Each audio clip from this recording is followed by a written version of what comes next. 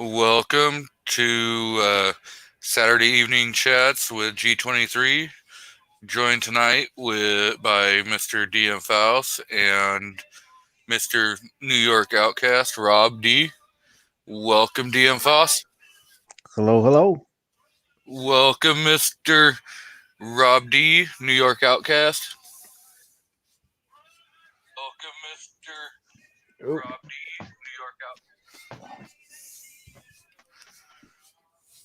Some echo going on. Outcast. Yep. that was my phone. Sorry about that. No spray paint today, people. Don't worry. Sorry about that. Looks like we got Mr. Black Cat Outdoors in the chat room tonight. We got Buck here. Two Gun Kitty, the Catnip Outlaw. Mr. Pancake Boy himself is here. Midnight Rings. And then we've got Mr. F&H is here. Hopefully he's still here. So Black Cat and Midnight. They just went the class of the chat there. Yeah. So with today being every second matters, was anyone out open carrying today? I didn't go out today. I don't know if throwing trash out off my back porch counts, but if it does, then sure. Concealed carry out today, but can't open carry in New York State. Yeah. Not legally. So technically I was on my dwelling, so yeah. Shouldn't have mattered if something was seen. So Exactly. Welcome, Mr. Two Gun Kitty, the Catnip Outlaw. Thank you. Pleasure being here. Hope everyone's doing well today. Yep. Went out, did some grocery shopping today, and had my G23 on my hip. Been quiet all day long, and now the neighbors decide they're going to fire up their motorbike. Actually, I had a real luxury today. They opened up the gun range, so I was able to go out there. I just got back a little while ago. How was that? Oh, it was really nice. There was hardly anyone went there, so shot some steel with my Henry 357 and did a little bit with the Smith & Wesson 686, and then my Sig 229 and Beretta 92. Needed to work out some things with them, so everything went pretty good. And did my first test fire of a couple of rounds I made, so that went pretty good. I did have one squib load. I think I didn't put any powder in that one. Now, did you do any video of you shooting your own loads that you made? No, I was going to, but I was caught up with trying to get myself organized, and I was by myself, so I didn't get around to it. Hopefully I'll go out again sometime this week and do some more. I was more worried about if I didn't load them properly, the gun blowing up, so I don't think I wanted footage of that. Yeah. Welcome, Mr. 402 Outdoorsman. Great video. Think it was rigged. I didn't win. And then we have the gun-loving grandpa, Mr. Buck. He was out carrying today, and he had his G23 on his side. now, would he say there's less people than normal at his range? Yeah. Just opened up. Yeah, it's been. Like a lot of people would be itching to get out. Well, it's a club, so you're not going to have the everyday people going there, and it's a bit out of the ways. So I think people, if they're worried about expending ammunition, I'm not sure how readily available it is. That might have kept them from showing up. And plus, it was the first day, so a lot of people may not have been ready to head out there. Welcome, Mr. Kingpin. So yeah, I don't know. I just have a standard minimum round count that I keep for, you know, shit hits the fan.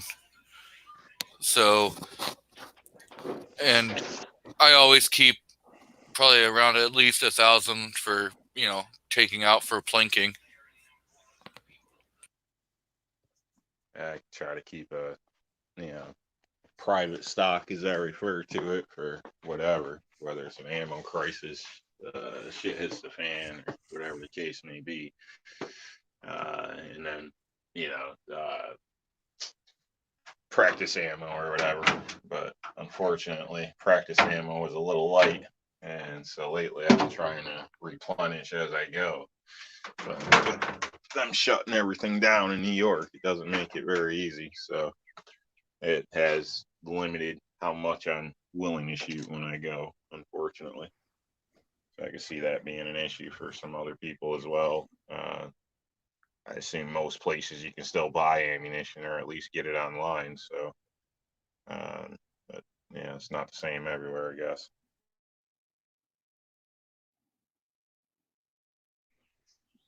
Yeah, I think I used about 200 rounds maybe today. And I try and keep it between 150 and 200. I think as I start making more, I'll probably shoot more. So that'll be a positive of that.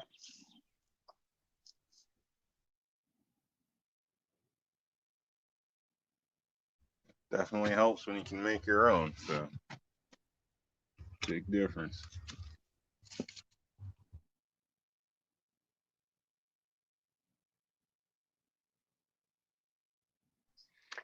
I did spend some time picking up brass too, so that makes the range visit a little more profitable.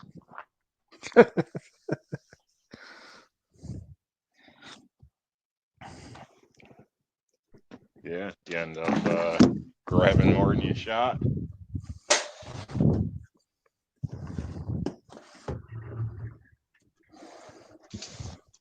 we lost some time a bunch of extra brass.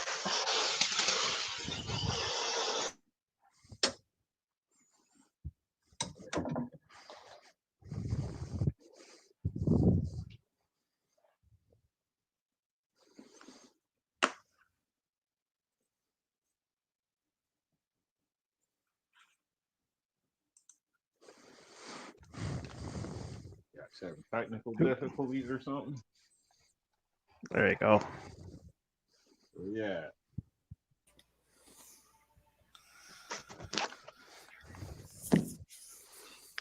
Which revolver is that, Foss? It's a Taurus 65. Poor man's 357.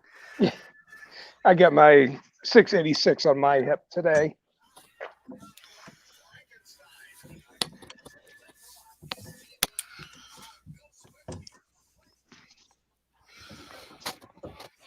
So, yes, Mr. Black Cat Outdoors, we're not afraid.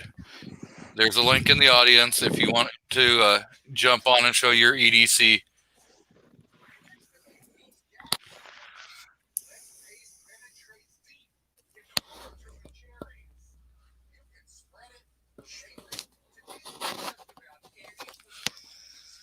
Yes. It's a little dirty. They haven't cleaned it up. It's looking nice. Still looking nice.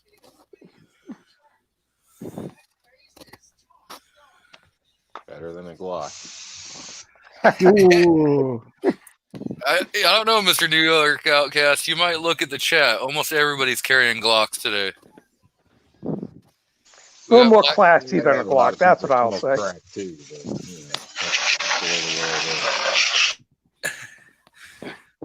We've got Mr. Black Cat Outdoors saying he has a G19 on his hip.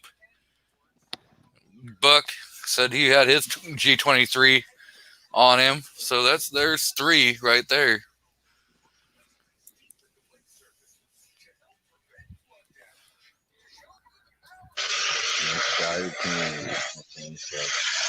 The midnight range wants some entertainment. How much more entertainment can you have when you're cutting Brussels sprouts?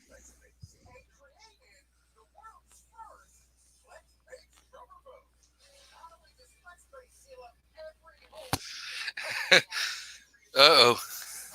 The 402 outdoorsman says he's going to need to get some more entertainment also. And he says he's got the Glock 17. There's another Glock person in the audience there, New York. You might as well break it and just go get you a G. Oh, no. No, I'd rather get a yeet cannon first. I could see you being a high point boy. Actually, I could really see you in the Altor crowd. I had to go on. It's all right, but I don't know. He's got to get permission from Gun Snob to break into that Altor crowd. Yeah, he's probably need to get some written consent on that one.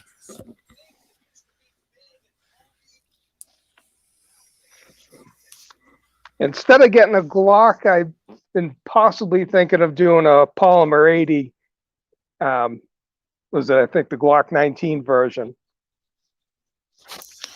You can go with a Polymer 80 frame, and then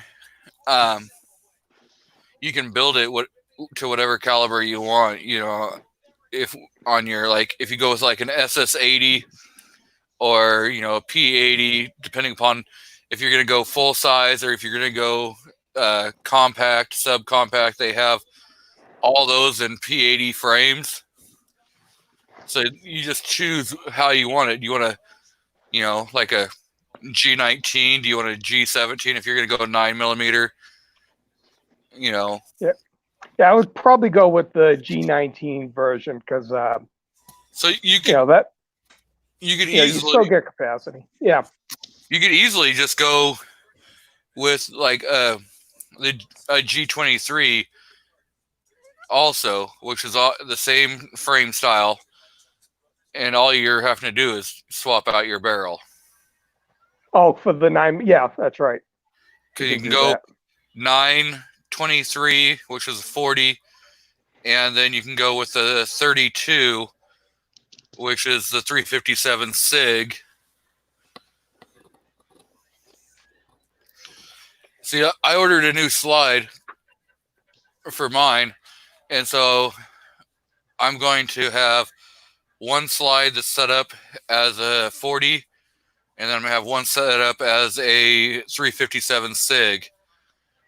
And then I can just switch back and forth between slides. I don't have to worry about changing mags because it's the same mag. Yeah. So Mr. Black Cat tried to join. Now, for those 357 SIG casings, are those like different at the neck than your regular straight casings? Yeah, all the 357 is, welcome Mr. Black Cat Outdoors, is a neck down 40. So you could easily take and pick up 40 brass, which is cheap, and then neck it down so that you can put that 9mm round in there, which is the 357. Okay. I think I picked up some 357 SIG brass today because it was, bigger than 9mm and it had that tapered end, and I'm like, yep. Mr. Black Cat's on mobile. Yeah, I'm trying to read comments. Are you? Can you actually read? I thought it was voice recorded to you, like voice transcribed. It's rough. I'm not going to put on my cheater glasses to read comments. So I have to. Yeah, I've got the phone sitting away from me. That helps, but I don't think I'm Are, going to do that. are you on a sit-down lawnmower or are you pushing? I push my grass actually. It looks more like he's probably sitting on a chair in his garage I'm sitting on a bar stool in my garage right now. I just got done mowing the grass. with a blue Solo cup that probably has some rum and coke in it. No. I am not a rum drinker here. Will, hold on one second here. What do we got? We'll go with, Welcome, Mr. Carolina EDC. Thanks for showing up again. all right, I got IPA, I got Pilsner, I got Stout, I got some Shock Top in there. What's the vote? IPA. IPA? I'm a stout person. Stouts are good too. You know, if you go with like a nice porter stout. Oh yeah, porters are really good. I like porter. Yeah, they're talking Chinese. I got. What is I don't this have a whole lot of IPA? time, so Sorry, I gotta shower shortly. So we're gonna go with New Belgian Brewery Starship Trooper IPA. If I can get it on camera. so Mr. Black Cow, we're gonna have to do some like horse trading. Okay. What are we horse trading? I'll send you some local brewery, and you send me some Yingling. Whoa, that's a PA staple right there. I'm surprised I have none in my fridge right now. Actually, I am like, I used to drink Yingling all the time when I was in Simpsonville, South Carolina, and I'd go down to Gigi's bar. yeah. And back here on the West Coast, we don't get that. No, I don't think they go east of Ohio. I think west of Ohio. Yeah, I mean, I could go to their website and just order it because but it's a lot funner when you just, do some like horse trading. Yeah. I'll send you some Old 99 for the win IPA. Or if you can do PA beers, I gotta send you some Yingling and some Iron City. If you try that Old 99 for the win, it is 8% and I think it's 47 IBU. Ah. This one here is 7.7%. This is actually a North Carolina beer. New Belgium is.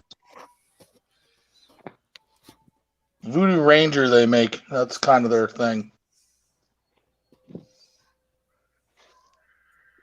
And when I was in Massachusetts, they had just gotten Yingling for a couple of years. So they've only had it in Massachusetts about 8 years maybe now. Well, when I was growing up at you couldn't get it anywhere outside of until maybe 15, 20 years ago. Mr. Black Cat, do you see that? Yeah, I see that. Midnight knows better. He's usually the catcher. We got the 1%er in the crowd now. Oh, Rich White out there. Yep. He's a former PA. He's a former Pennsylvanian that downgraded to West Virginian. The funny thing is if you go on my Facebook page, it says that I live in Intercourse, Pennsylvania. Well, there you go. So, What I always found funny is Intercourse, Pennsylvania is only like 10 miles from Blue Balls, Pennsylvania. yeah. So they're real close, but... And what's it? Two in the Hand or something? Bird in Hand. Bird in Hand. That's in between Intercourse and Blue Balls. Yeah. Seriously, Blue Balls is for people that can't afford Intercourse. Exactly. Yeah, the cost of living is way lower. Actually, the Blue Balls is like really kind of uptight, but Bird in Hand, the cost of living is just way lower than Intercourse. Oh, if somebody would be paying, coming on to the chat, hearing what we're talking about, they wouldn't realize that we were talking about cities in PA. You can make a quick stop in bird in hand before intercourse, but I recommend going the full trip. Starting intercourse and ending blue balls. Well, no, you don't want to do that. That's going in reverse.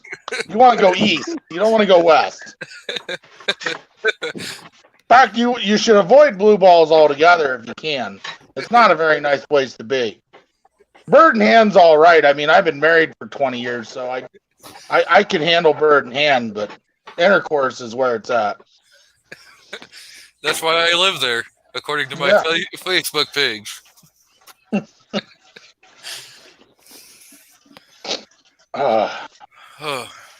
Okay, so I emailed Mr. G-Webs a while back and was talking to him about doing channel art, for a new logo for myself.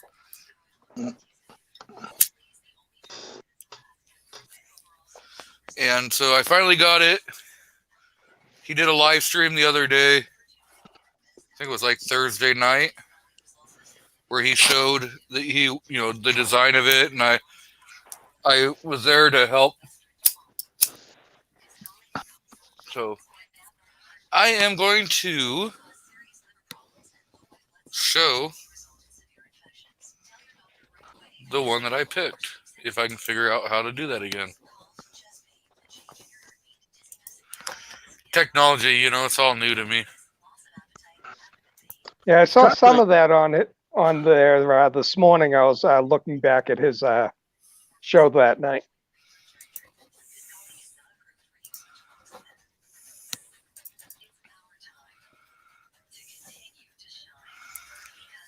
Okay. Gun-toting pacifist in the house. Gun-loving grandpa, rather. I saw gun-loving grandpa's here. The gun-toting pacifist is here.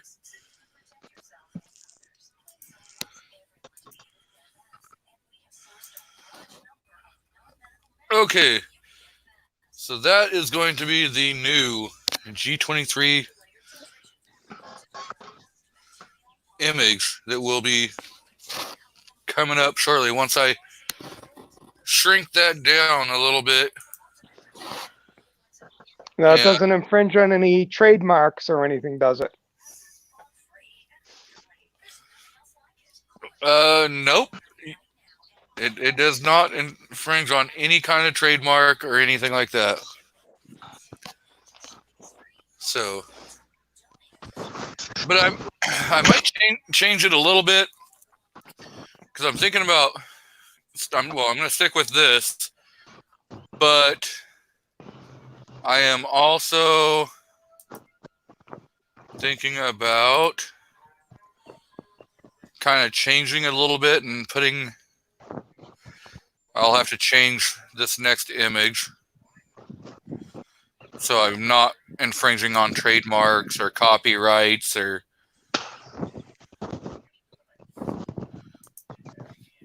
Yeah, I'm with you. It looked good except for that Glock. I mean, got that out, 1911. I mean, shoot, even a yeet cannon. And, switch it up a little bit. It looked great. I think a yeet cannon would be a little too big. So we got the beaver. This is from. Ooh, nice beaver. Yep. The beavers were extinct these days. Depends on how long you've been married.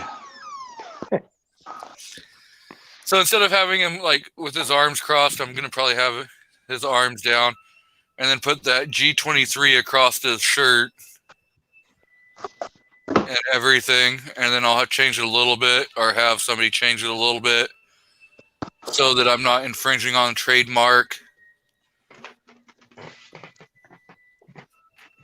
On a serious note, I think I don't know. I think you would be better with the other one than this one for state, because if you're looking for some type of branding or anything like that, logo, it's got to be seen. So if it's really small, nobody's ever going to really see it. So they'll just visually recognize the beaver guy or something.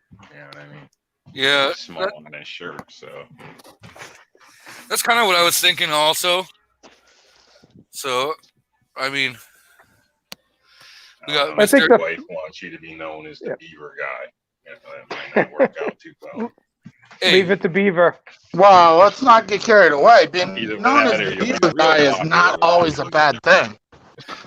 I used to, when I was in South Carolina, there was some sports bars that I would go to Turn 1 to watch some sports and stuff, and I'd flip them a bunch of crap because they were always SEC, and I was Pac-12, Pac-10. I don't recognize the two new schools. And so they'd always flip me some crap about it, and I was like, yeah, we're so good. We keep our beavers caged, because I have a picture of the Oregon State beaver in a cage. So that was kind of funny. And then always, another one I would tell them is, if University of Southern California played the University of South Carolina, who would win? USC. You got the Trojans, because they always got the cocks covered.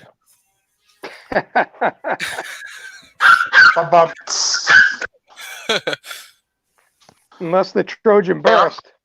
We're a cougar, Nittany Lions. Mountain lions eat beaver, so.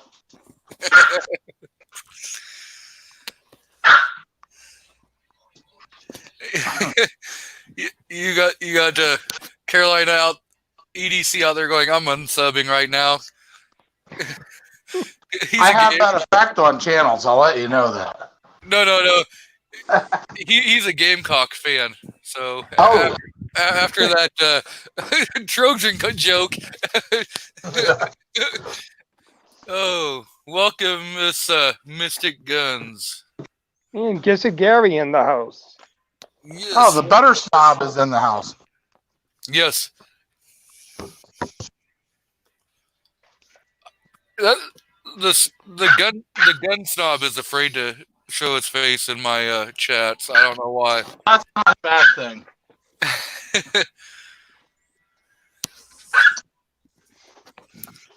So, yep.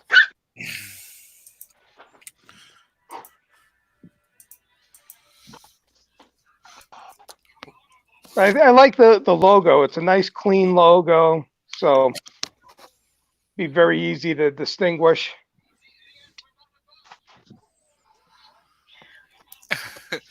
Hey, Rich. I'm in Oregon. I think that's what he meant. Yeah, that's what he's trying to go with, but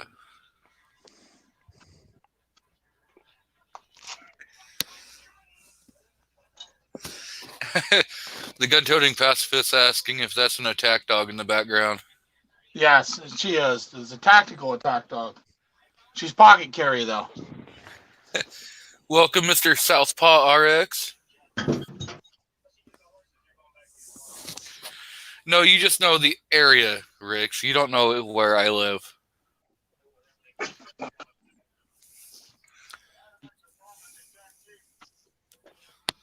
So, anyone attending any rallies lately? I went to the Open New Mexico rally a week ago. I was kind of not that many attended it. It's more the people driving around. But it's kind of a weird vibe here. Then we have our governor did the locking down of Gallup and the county, I think, that it's in. So, it's just kind of messed up here because this is probably one of the least affected states, and she's treating it like we're New York City. Well, when you go somewhere like my state, like we have counties that are like Philadelphia County are highly affected, and then you go just like north of me and west a little bit, I think Clinton County has had like 10 confirmed cases. which I'm right on that county line. And my county's one of the, it's either the highest or the second highest. I know the Navajo Nation, the area that they're in, that they got kind of hit hard, but that's because they have such poor health facilities out there. And I think that's what the Gallup thing is tied to, is something with the Navajo Nation. So a lot of people are in uproar because it kind of cuts the Navajos off. Yeah. If you look at Oregon and all the infected, it's all up around like the Portland area. You know, you get those guys who are 300-400 infected cases. You go down south, and you know you don't have as many high cases. You got like Coos County, which has I think 21 now, and all of those are in a prison. All 21 cases are related to the prison. Jeez. Well, that's what I think the county over in Gallup, you know, they make it sound like it's really bad, but I think it's because of the Navajo Nation that, you know, the numbers there are real bad. But I think the general county isn't. I'd have to look into it. I know that there was issues early on with them. Oh, gun-toting pacifists. The reason why you shut down because of Mass is because all those people from Mass that move up to New Hampshire. Yeah, and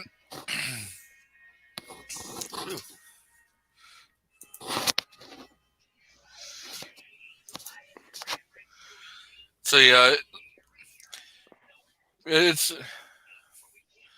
our county governors and the city mayor, you know, sent a letter to Turd Brown saying that we were going to reopen our area along with some other counties in this area that said, you know what, we don't care what you say. We're just going to send you this letter telling you we're reopening. And they have been, you know, they're slowly opening stuff back up. They opened up the courthouses again, and all the city and county parks are back open. So not for, you know, you still can't overnight camp, but you can day camp and stuff like that. Oh, for Washington, they Inslee extended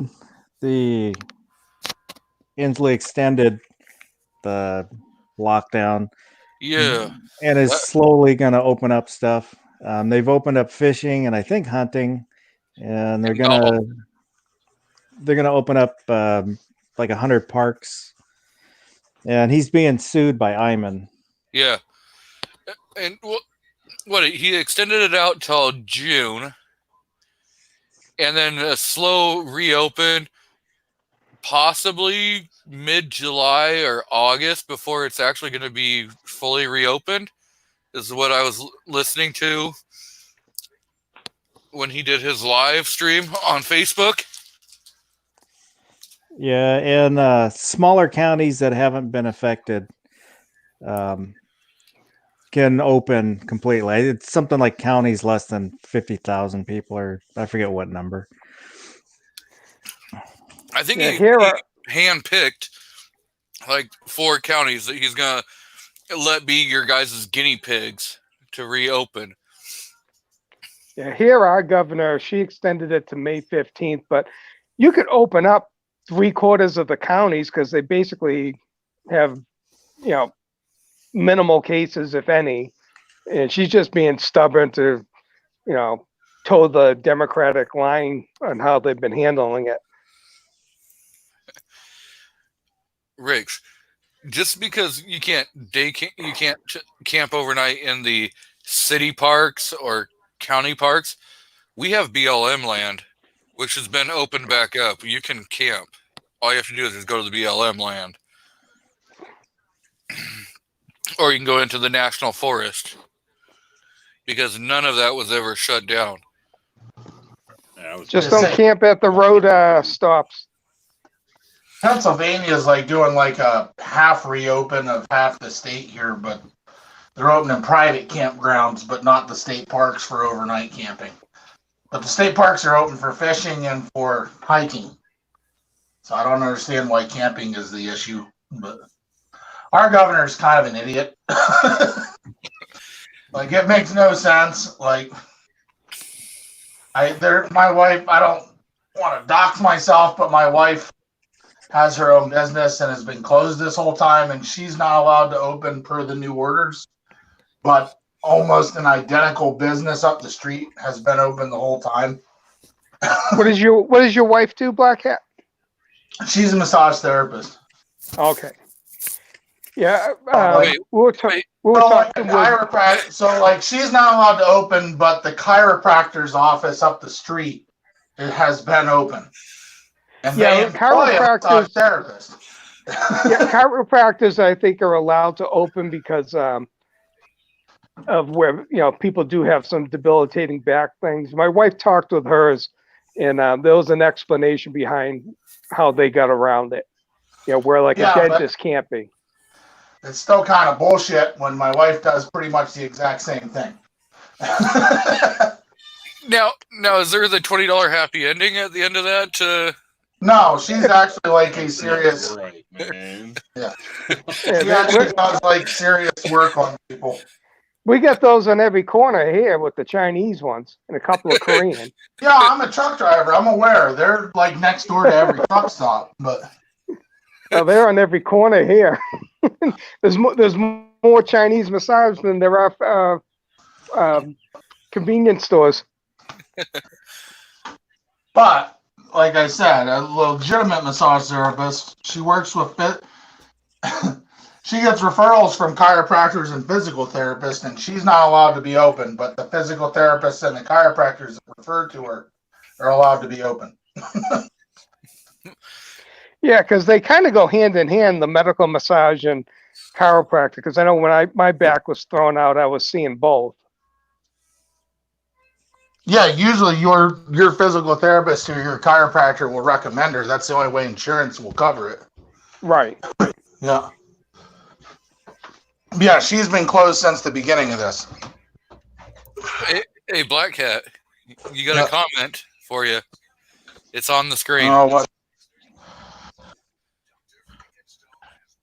Yeah.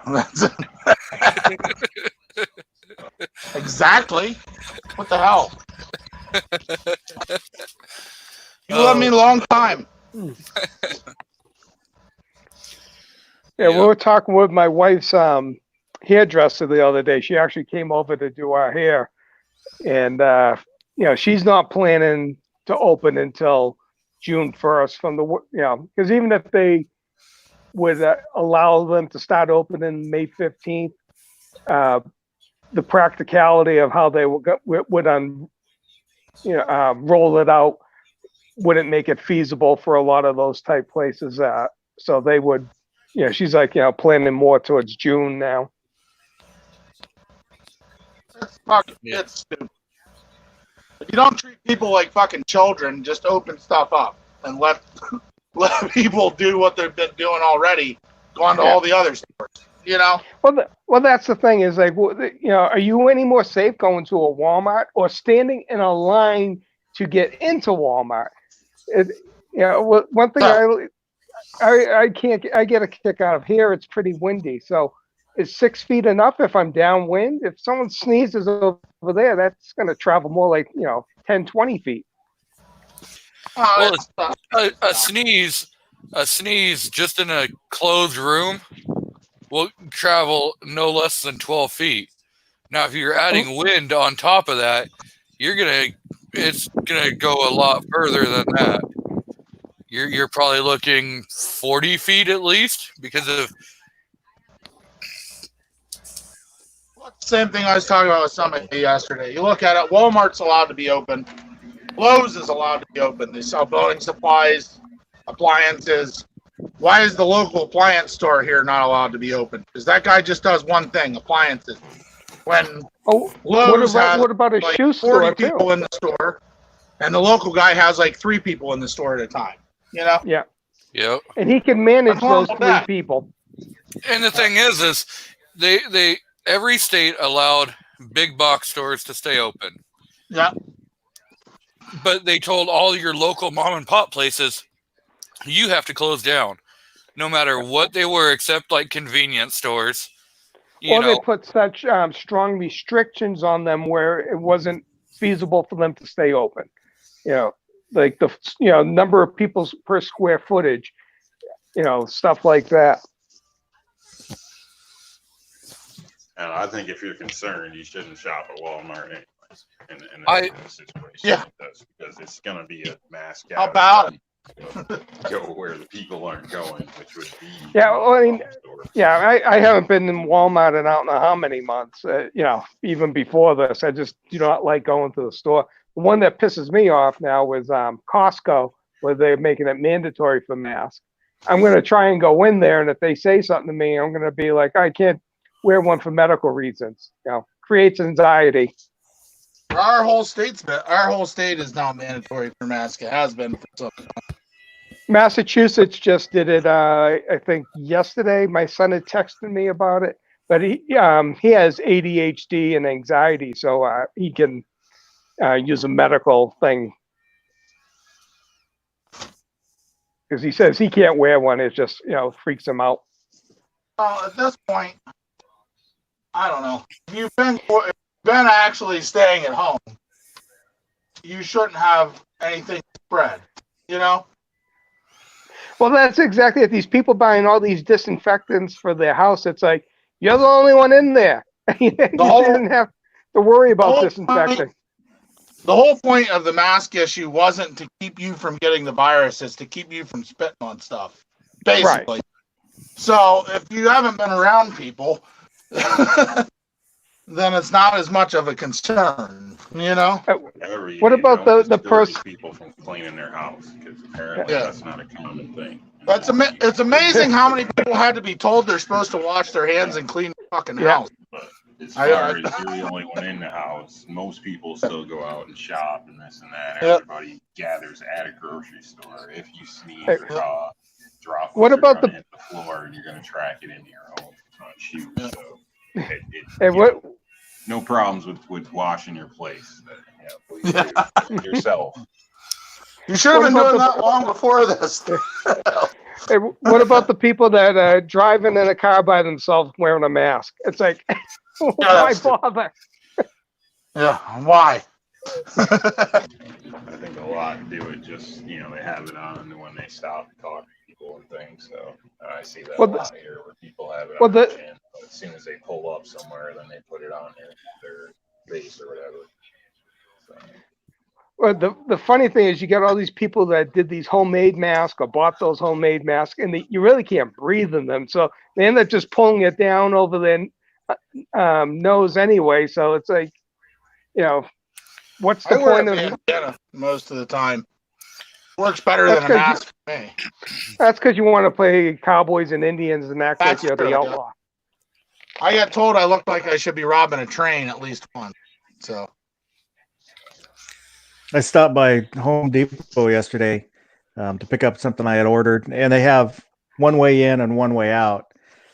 Yeah. And I went to the desk, got what I wanted, and I purposely went out the wrong way. And the guy standing at the doorway, and he stopped me at the door, and he goes, "I'm sorry, sir, you can't exit this way." And I looked at him and I said, "Well, I'm already standing outside." He goes, "Oh, well, next time I need you to go around." So I told him, "Okay," and I went to my car. Yeah.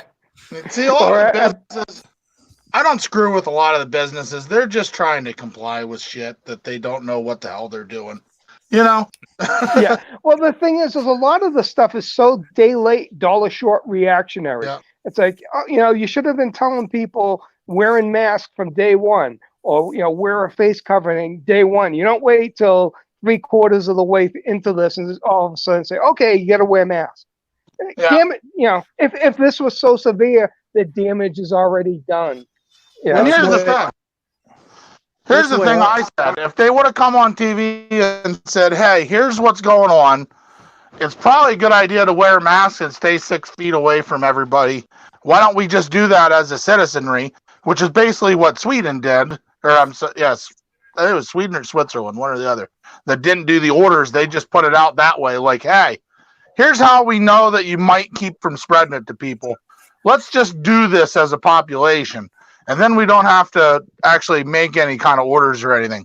If they'd have done that, most people would have done it, you know? Yeah. Well, that's it. If you say these are the best precautions you can do to protect yourself and keep yourself safe, you know, people are going to do it because, you know, when you tell people not to do something, then they're going to be more rebellious towards it, especially when there's no rationale behind how they implemented it. Yeah, just put the information out there. Here's what we're seeing. Here's what the data shows. You know, here's why we're telling you this. You might want to do this. You know what I mean? Or, you know, I was listening to someone. Well, the problem, just like now, when there's, you know, people just won't do it. You know, some people just love to do the opposite. That was wrong. There's supposed to be millions of people that died from this. You know, I was promised 1 million deaths. I haven't gotten it. I want my 1 million deaths. I was only promised 200,000, and I still didn't get that. Well, it started off at like 1 point something million, then it went to 500,000, then 200,000, or 200 million. Yeah, and they're like, okay, we are not 100% sure what it's going to be. Like Carolina says, gas stations are already getting robbed because people wearing masks, and now can't really know what their intentions are. That used to be you wore a mask into a liquor store or someplace and they'll pull a shotgun out on you. Oh, well, it looks like Black Cat had some internet problems and dropped. So, Mr. Rob, it looks like Midnight saying that he's not being able to hear you so well. Yeah, he is a little low in volume. Okay. I'll switch earbuds. I was trying a new set. I think Midnight chooses not to hear him.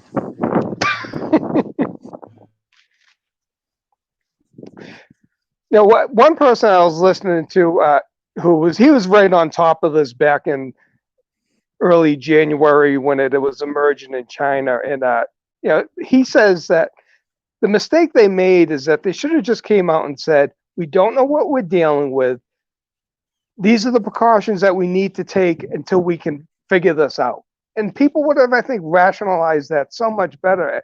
They were so wishy-washy at first. Oh, you know, no gatherings more than, say, 200. Then they drop it to 50, then 5. It's like, you should have started at 5 if you didn't know what you were dealing with. To me, their response shows more incompetence than anything because they were so all over the place. It's like, why is this place open and that not, if this is so severe? What I think is they should have put out, this is what we suggest. You know, everyone's got to realize we are a free society. Yeah. And you cannot just say, okay, we're going to, you know, take all your rights and restrict them and violate the Bill of Rights. You know, people have free choice and everything. Yeah. And so, you know, there is a thing called natural selection for a reason. You know, if you're given information and you choose to avoid it, like, hey, you're given instructions on how to use a wood chipper and you decide that you're going to stick your arm in it, you deserve to lose your arm. Or at least a few fingers.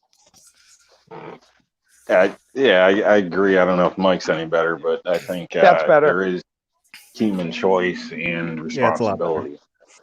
Okay, cool. If you have, you know, concerns or in a high risk, you should take precautions, obviously. But you hit right. Mandatory stop, all it's going to do is enrage people. I mean, you know, in the economy and stuff. I mean, if it was as bad as they initially put it to us, I would state that may be different. But obviously, it hasn't panned out to be what it was put to us, you know, how it was put to us. So even being in New York, I can say I'm fairly certain a lot of these numbers here are inflated. I do know, informed today, my lady's coworker's father died, and they're calling it a COVID death. I don't have any information on age or precondition or pre-existing conditions or anything. I also have a friend I grew up with whose mom had it as well, but she did recover from it. So, I'm not saying it's a joke or not a joke, but with the information they had, I think, I'm not saying I agree with what they did because I'm a believer in rights and choices. So, but some of this falls back to the people, and I think they're concerned that people don't really listen. They don't hinder warnings, and I think it's not worse trying than to that. justify everything. I think Or- once stuff started happening, and they're trying to figure out what to do, then there came in a push to shift left to, when they start talking about the mandatory vaccinations, tracking people, you can't go to work unless you've been tested, and all this kind of garbage. And that's the stuff that really bugs me. When the first things that a lot of the Democrat governors went after were churches and gun shops. Yep. As soon as they got an Definitely been opportunity, they started that. It's definitely been used. The mask thing, I believe, when that kicked off, I don't think they told the public you should wear a mask because there wasn't any masks to be had. Really. But they could have said to people, wear a face covering. You didn't necessarily have to go get a surgical mask. True. Wear a face covering. And people would have been doing their bandanas or wrapping a sheet around their. Yeah, some would, and some would laugh it off. I think that's what happens. You know what I mean? So, it's human nature. So. Welcome, Sandhill Shooter. So, like in my county, we've had 23 confirmed out of something like 1,600 tested. 18 of those 23 have recovered, and only one of them is still in the hospital.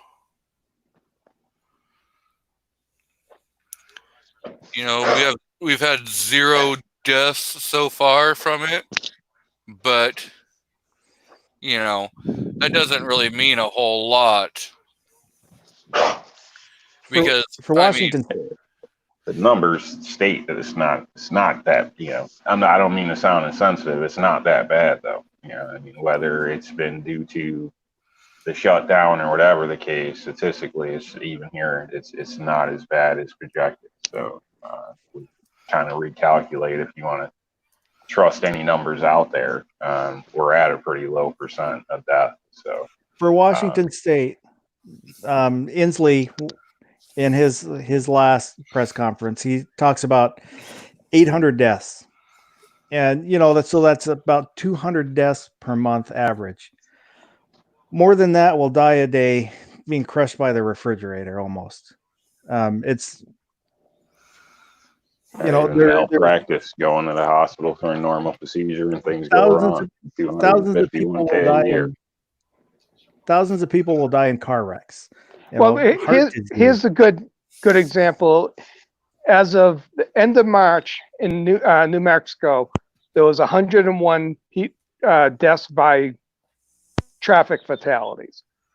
At the time, there was probably maybe 30 odd deaths by coronavirus. Over the course of the month, we're probably a little over 100. I haven't looked at the numbers recently, but for a state of about 2 million people, let's say 150 or so deaths. That is such a small number because we probably have had, 125 to 150 in traffic deaths because I haven't got the April number for that yet. But when you used to drive on the highway, it would always have the number posted, this many traffic fatalities for the year. But yet we don't shut the highways down. And that's what people like Black Hat Outdoors driving on them. You don't even know if the numbers are correct because of the way they're categorizing the corona deaths.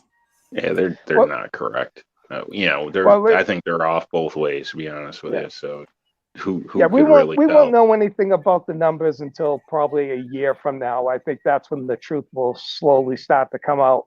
But like New Mexico, they're so dumb. They don't know how to fabricate the numbers. They're keeping the numbers actually too low, but they act like they're 10 times the number that what they say they are.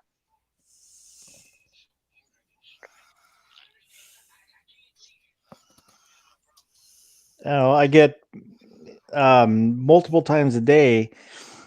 I get emails from our local newspaper every time there's a new case, a new COVID case, and I don't need to know every single person that gets it. It's all just designed to drive fear. Yeah. Oh, it is. Well, and another good example is, something that was probably more serious and deadly was AIDS. Do we have to hear about every person that got AIDS during the 80s or early 90s? The only time you did is if they were a celebrity. Well, even with that, there was a lot of fudging because it was mainly with the gay community, but they didn't want that to be the gay community to be stigmatized, so they did their best effort to make it seem like anybody can get it at any time for any reason, which wasn't the truth.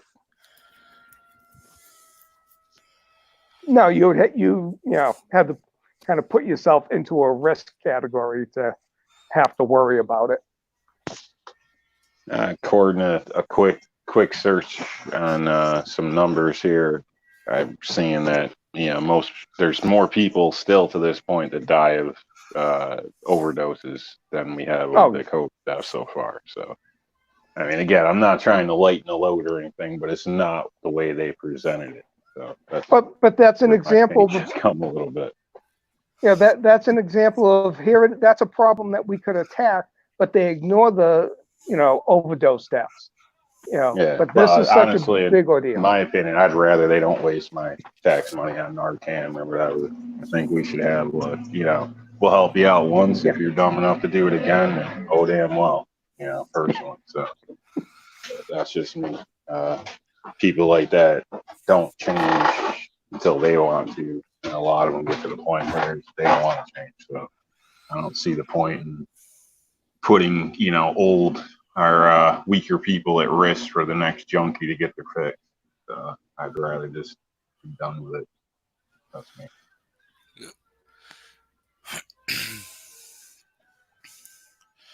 So,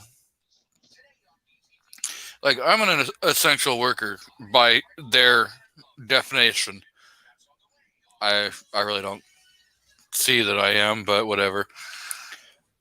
Since day one, I've gone to work every day, never been tested, and now they're saying, oh, well, for people to be able to go to work, we're going to have to test.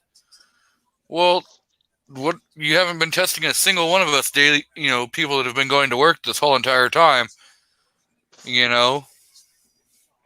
really does no good, because what's to say somebody doesn't walk in your job and now you're infected? They're not going to know for how many weeks, how many days. It's like taking temperatures before you clock in. It's a feel good thing. It's not doing nothing. I mean, it's actually doing nothing, like giving you more contact with somebody else. It's a false sense of security. It makes it seem like, oh, we're doing something when they're actually doing nothing. Because I took a test, and after I took the test, I came in contact with someone and got it. So, what good is the test? Yep. And they're in like the whole essential worker BS thing. It's like, technically I'm an essential worker, but the problem is that all these other places, in a place that's essential, a lot of times is symbiotic with other businesses. So when those businesses close down, well, now you don't have people to deliver your product to. So we went from having 9 people working to having 2 people working. So right now, I'm furloughed. Haven't seen a penny from unemployment. So, that's like a big farce. You try and call the unemployment office, and if you get through a busy signal, you go punch in all your info, And then they say, no one's available to take your call back later.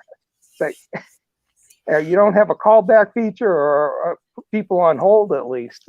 It's like such a fiasco. Yeah, my lady called and they just hang up. All lines are busy. So Yeah. she's been trying for a couple weeks now in New York. So Yeah, it's impossible to call them.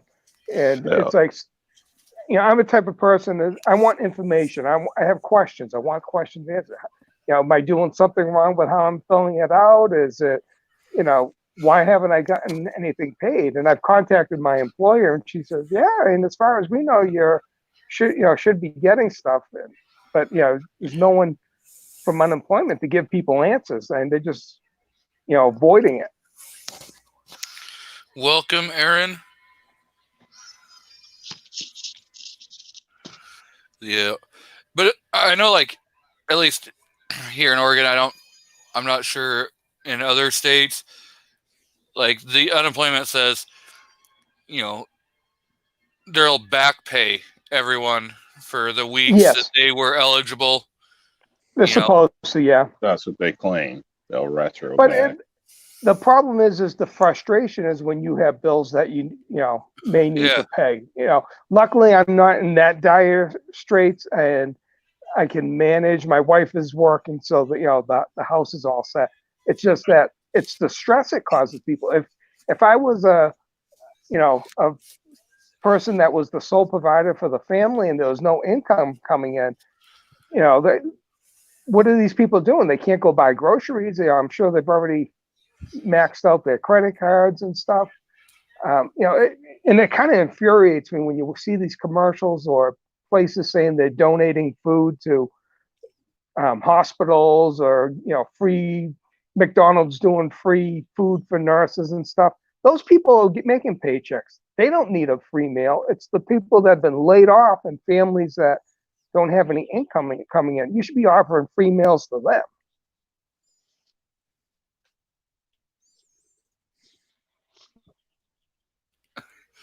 Yeah, it is kind of crazy. The unemployment is done differently, and that's a whole. It's taken out of your check. It's put it into an account for you. Yeah. In case the part that you become unemployed. I'm answering Mr. Mad Sexy's question. And so all of this, that's how they are supposed to pay the people, is you only get an amount that you qualify for based upon how many hours you've worked and everything like that. Yeah, the companies have paid the unemployment insurance or something along that line. Yeah. But the thing is like in Washington, and I'm pretty sure it's in all of them, you only get, there's a window that you have to, meet so many hours and everything. Well, anything that happened before that window, they just are like, hey, this is our free government money, So say you work 10 years and you've never been unemployed. You have never been laid off. You've never, everything. All that money is just lost. You don't get, that's not just sitting in an account in case you become unemployed. They only keep, an X amount of money. Everything else that has been paid in is just lost and goes into, the general account. So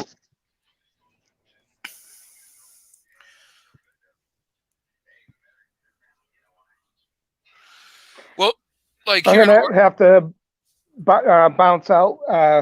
We'll catch everyone later, and everyone take care. Hope you enjoy the rest of the weekend. You too. Thanks for jumping on.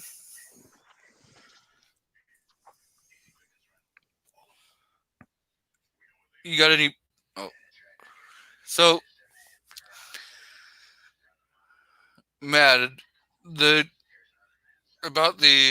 know that I'm talking about people that are new to the workforce.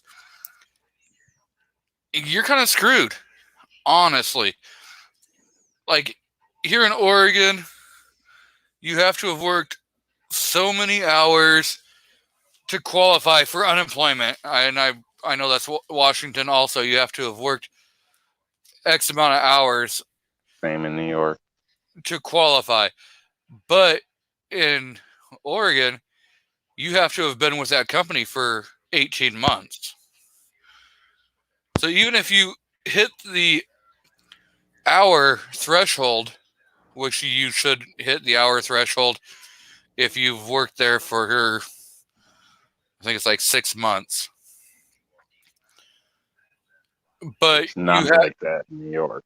you If have go to have, treat with 2-3 different jobs, but yeah, no, it's in Oregon, it's 18 months with the company that you're employed with. Now, if you switch jobs and then all of a sudden you got laid off, I'm not sure how that worked. I mean, because their rules are you have to be 18 months.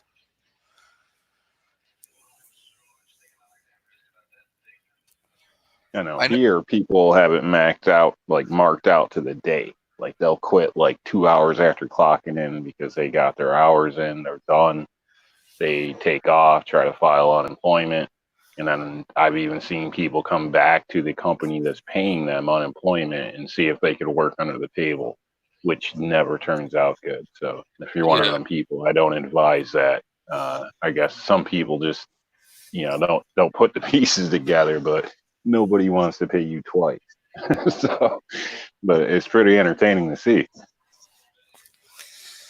And then I know, like in Washington and Oregon, if you quit, depending upon the reason that you quit, you don't qualify for unemployment.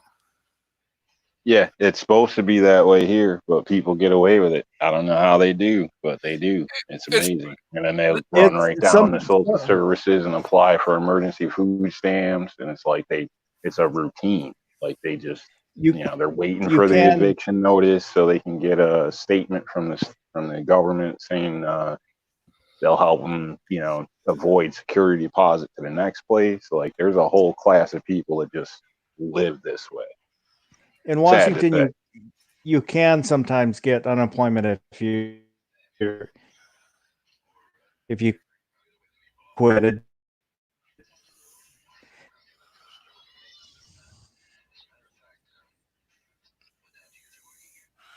Are you there, DM?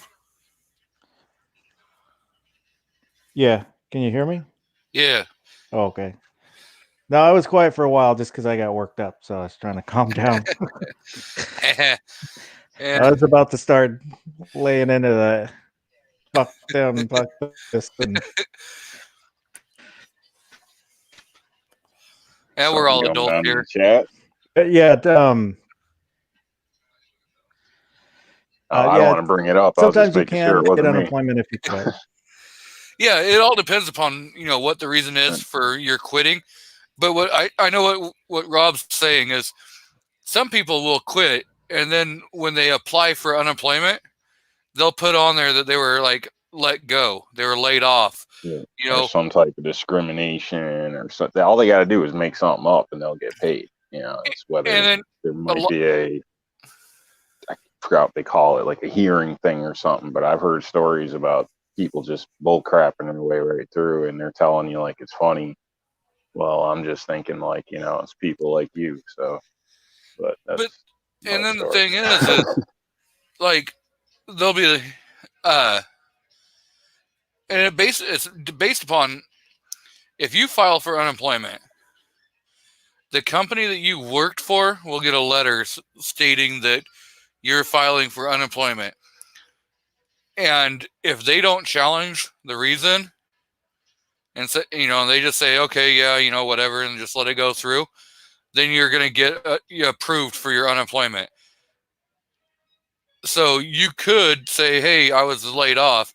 And if the company says, no, he quit, we have the proof he quit, then there's going to be a hearing, about it to, figure out who's telling the truth. And if you're found that you're lying, if you were receiving unemployment, you're going to have to pay all that back plus penalties. And if you weren't, then you're banned from collecting unemployment for like 2 years.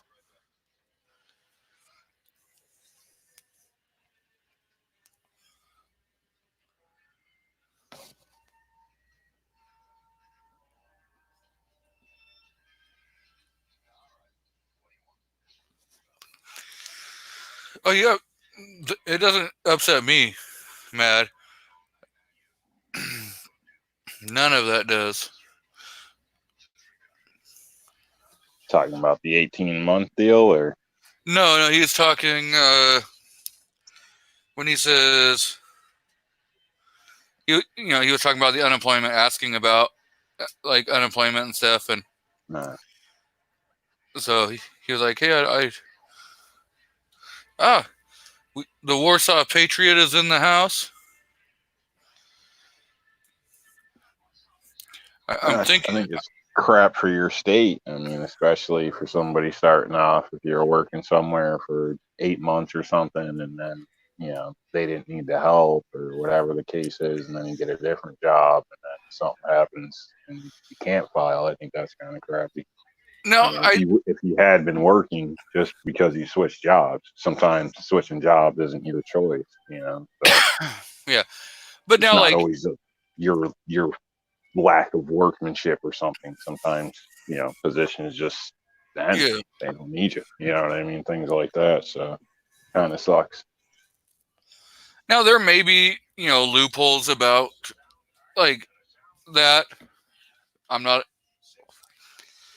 but I know like with this COVID or whatever, you got there's probably they've probably changed some of that and said, hey, this is just no one was expecting this kind of stuff, and are just approving all of them. I know there's some people saying that it's taken a hell of a long time, and that sucks. I would love to say, hey, I know what's how you feel, but I'm still working. So I'm one of the fortunate people that haven't had really been affected by this too much, except the fact that if I was on unemployment, I'd be making more money per week on unemployment than I am going to work every day. Well, I just want to say that for Mad Sexy, I wasn't pissed off at anything he had to say. I was pissed off about the COVID stuff. Yeah. All the unconstitutional bullshit that's going on. Yeah, and so they keep it wasn't him. Yeah, they keep infringing further and further on our rights, which is bull crap.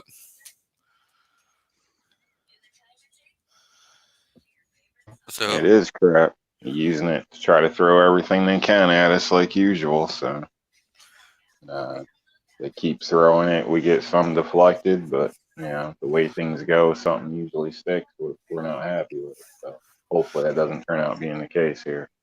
yeah, I hope that Washington gets rid of Inslee, because if he gets reelected in November, you guys are going to end up with a state income tax. Yeah. Yeah. I mean, he's already said that he's gonna, he's pushing it. They've been pushing it for a few years, 20 years, and yeah. But I think he's got a toehold in it now, because he's got a lot more people that are, because of this situation, thinking that, hey, they'd be better off. But no, I live in an area that has a state income tax, and we have one of the highest state income taxes here in Oregon.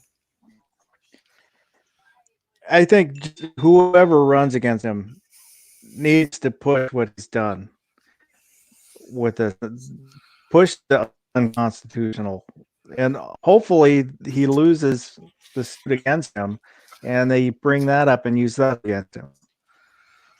Yeah, I would love to see Inslee in jail for some of the crap he's done. He's done a lot of crap that doesn't get brought up. the people who don't like him, you'll see him, he's stupid or this. He is not stupid. He is. I hate to call him evil, but he will do the worst things with a smile on his face, telling you it's for your own good.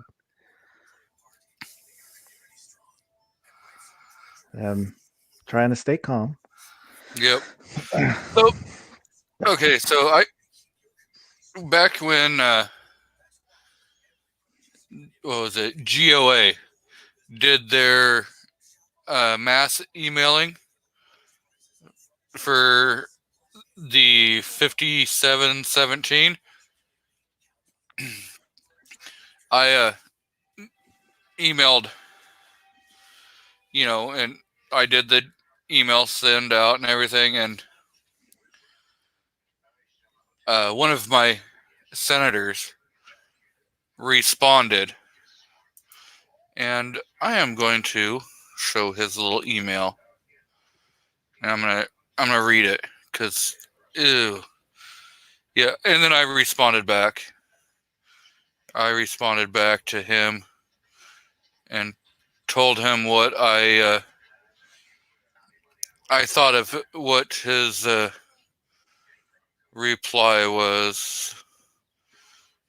If you guys want to have a little conversation for a minute, I will find this email. You mail out the cards too, or you just do the email deal? I emailed all of it. I did the cards and. Yeah, I usually send the cards myself.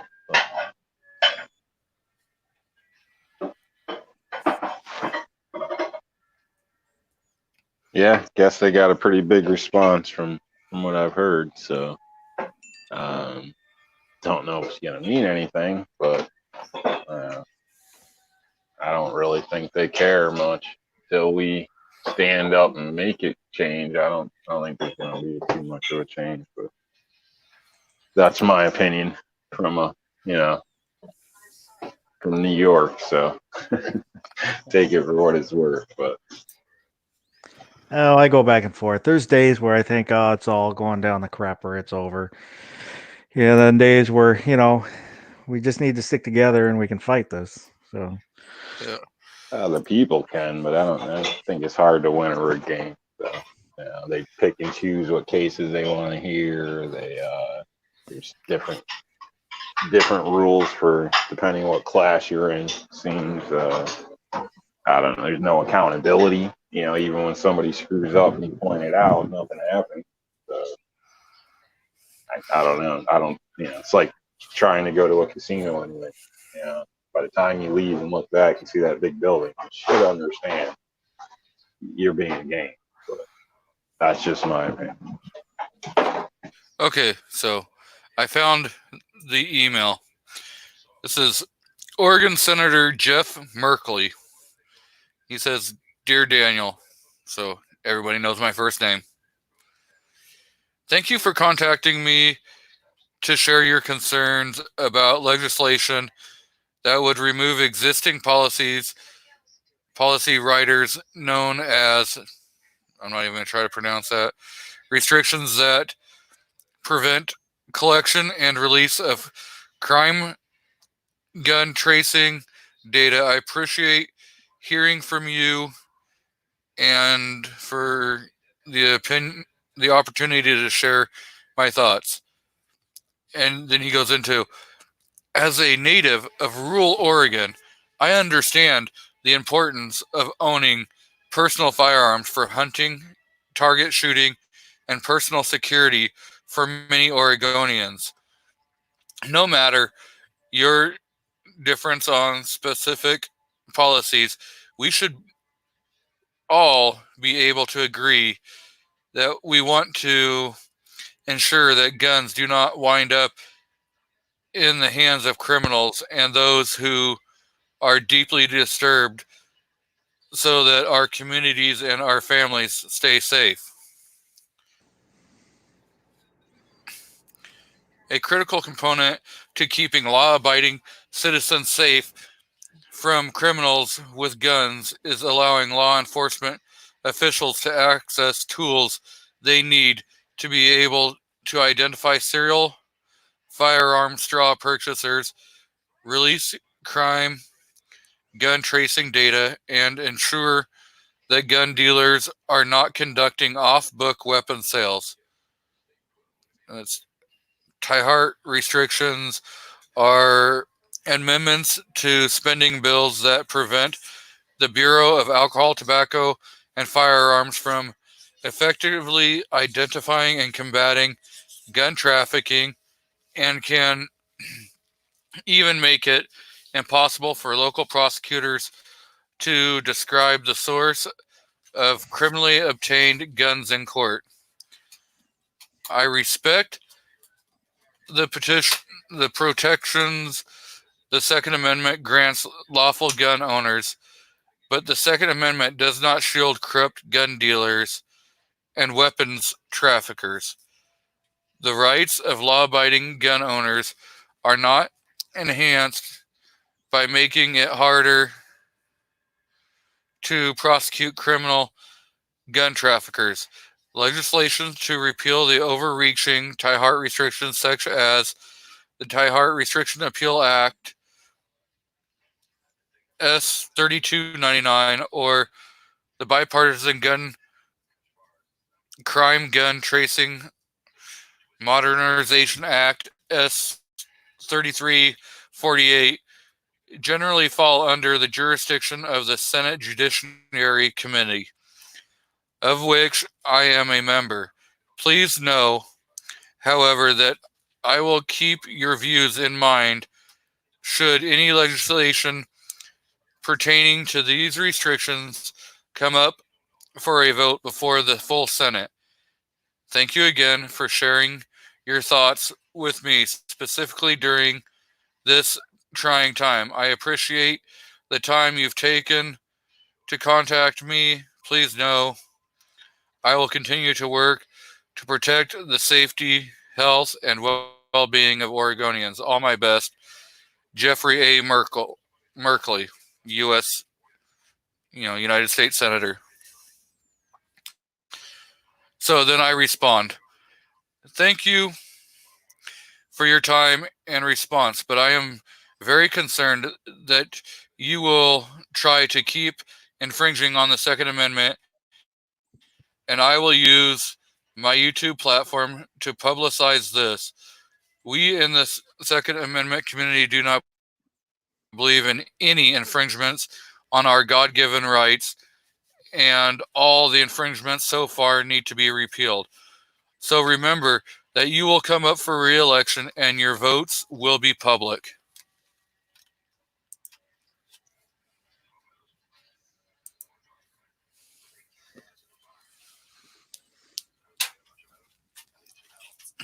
So,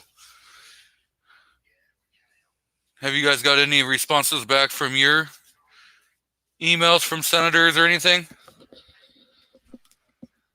I've gotten them. Usually every time I send something, I get something, but it's the same, basically the same thing. Doesn't matter if I handwrite or send in a card.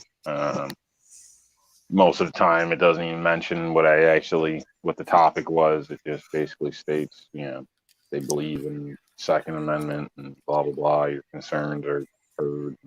Basically, same thing. We're trying hard to, fight, basically. I don't know. Bunch of crap, basically. Usually has nothing to do with it. I should compare them because I've got several letters, so I'm pretty sure it's basically all the same thing. So it's like you read one, you read them all. So I think they just cover the general idea of the something about the Second Amendment. So then they hit that, I don't know, hit that format and then fill a name in and kick it out the door probably. So I said, I don't think it does much, but I think you should do it. Everybody should. And, I'm at that point, but I voted, I've gone to rallies, I've written letters, tried to go speak to people, and, it's basically the same thing, different time. So, like I said, I don't think it does a whole lot, but you got to try. So at least it's off your conscience. Yeah, that's why after I got that email back from him, and he's the only one out of 5 senators and congressmen that I sent, letters to. He's the only one that responded back. So I'll give him that. At least he responded. But, like I told him, he's going to come up for re-election, and we're going to hold his votes, accountable to him. We got to start putting our foot down, and Don't think he cares. Probably made his deals. He's on for his next move anyway. So yep. Be out the door, big deal. Yeah, that's the way it seems to go with these people. Yeah, I haven't heard anything back from him since I fired back my response. So, if nothing else, maybe in the back of his mind, he'll go, well, this guy did say he had a YouTube channel. Which one is he? Is he a big drugs if you think he actually read it? Like, whatever you got going on over there. I don't know. we got the good stuff. It's legal. No, but yeah. No, that's what I think. Things like that. It's personal to us. We got to make it personal. Personally, show up and tell him that at his door. Not like a madman, not crazy, but everything they do affects our lives on a daily basis. You try to contact, they don't listen. They say, "Oh, they got office hours." Great. So you go down there, and maybe you get to speak to them, and half the time they'll just lie when they figure out what they're there for and say they're not there or whatever. Yep. We've seen it at the rallies and stuff where, they claim not to be there, and then you see somebody ushering them down the hall. So, it's, I don't know. I don't think, if you want a fair shake, if you stand by whatever you do, you shouldn't be afraid to stand in front of the people and talk to them, whether it's at your door or with your security guards, whatever. If you're not doing something, if you're not an issue, it's not an issue.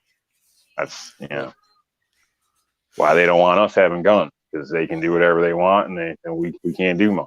That's the whole thing of it. I don't know. People are punks, man. We had a reopen Oregon rally today, and I spaced it off. Of course, if I would have gone, I wouldn't be hosting my show right now. And that was held in front of the governor's mansion. And everyone, I know that had to have been irritating to Turd Brown, with everyone out there honking their horns and, all the yelling and screaming that was going on. So, and enjoy dinner, Mad Sexy. Welcome, Andrew Faulkner. I'll throw the link back out in the chat if anyone else wants to join us. So, it is out there.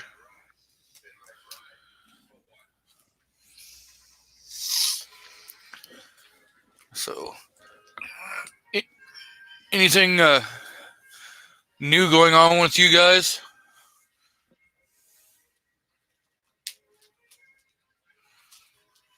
Not really.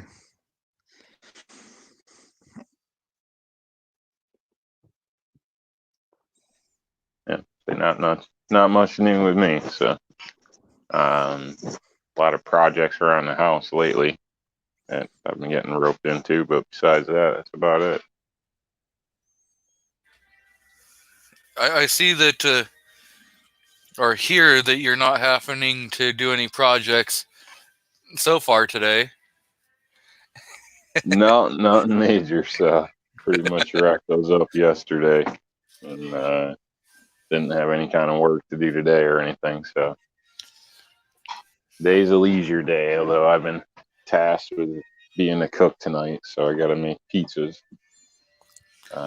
So do pizzas for the girls the way they like them, and then I'm gonna do stromboli for myself the way I like them. So Now, when you do your pizza, do you do a homemade dough or do you buy one of those like Boboli crusts?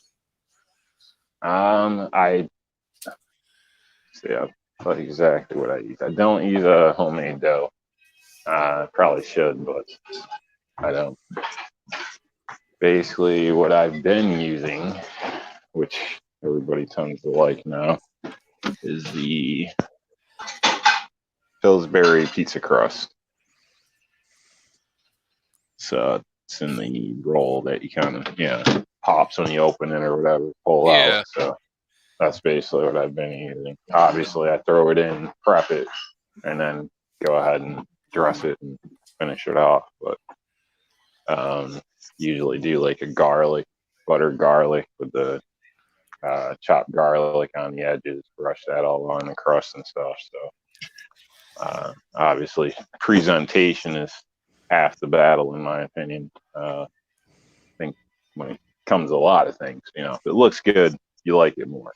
So, but I'm not ordering out. Pizza is one of my big things. I don't know if it's a New Yorker or just loving good food, but so Yeah. experimented, made some, and apparently they like them better than the store, which is odd. So, or not the store, pizza place. Yeah. I've done I've done a couple different ways of, I've bought like a Boboli crust and made homemade pizza with it.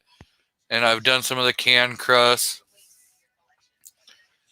So, Yeah, I'm not happy with the pre-mades normally that I've gotten from the store. Especially like the DiGiorno's or something for the price. It's not. well, I don't think it's worth it. I won't buy I don't do the pre-made pizza, but you can get like the Boboli crust, I know what you mean. and then do your own topping and everything. It's okay. I kind of wish crust is important to pizza. Yeah, I kind of wish I would have gotten my uncle's recipe before he passed, because he used to make his homemade dough, and oh my God, was it damn good!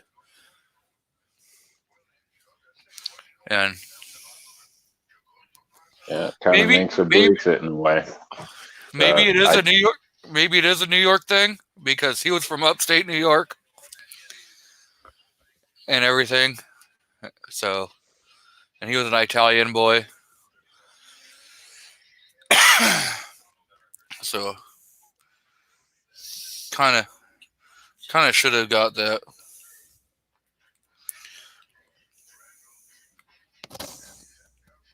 Yeah, and good dough recipes good to have. So I don't have any that I know of off the top of my head.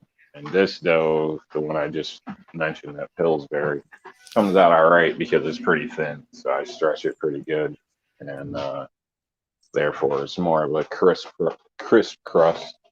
So it's not real thick and dewy where you get a lot of flavor out of it. So it still has that, garlicky. It's still got flavor, but it's not, I don't know, the doughy crust flavor, if that makes sense. For that, you need good dough, because you're getting all that flavor hit, I guess you could say. I don't know. I'm not a big fan of like a super thin crust, but then I don't want a super thick crust either. So it's got to be like somewhere in the middle, because you got to be able to, because I'll make a homemade taco pizza, and so that crust has got to be able to hold up with the pilings that are going to be on top. When you get all your toppings on there, and you're holding that slice of pizza, you don't want it to just like break and fall out front, and then you're like, I got to eat this with a fork. Sure, but in my opinion, a decent thin crust is, on the bottom it's nice and like almost seared off or whatever you want to call it, hard, and then the top, is almost looks a little moist when you're looking at an area that doesn't have a lot of softness. There's, I don't know, at least 3/16 of a little bit of doughy stuff on there. So, but I don't like the soggy doughy stuff. That's, that's a lot of that deep dish. It's feels like I'm swimming in dough. That's the second person I heard today that had a squib load. This Uplift Mofo party plan. He says, had my first squib today.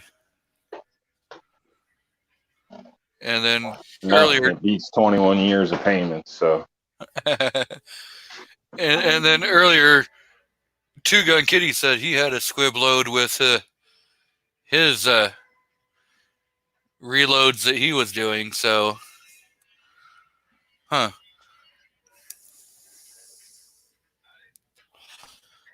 Andrew says, did you catch it in time? pay attention to detail if you're reloading. Good thing it was a squid instead of a, overcharge or something. Explode that barrel. Yeah, lock your gun up. Who knows? I had a round get seized in my Smith & Wesson M&P due to there being no hole from the primer pocket to the powder. So the primer went off, and the round didn't do nothing, and that primer cartridge just burnt, and basically almost like bonded into the back of the slide there near the firing pin. So I couldn't get it to eject, this and that.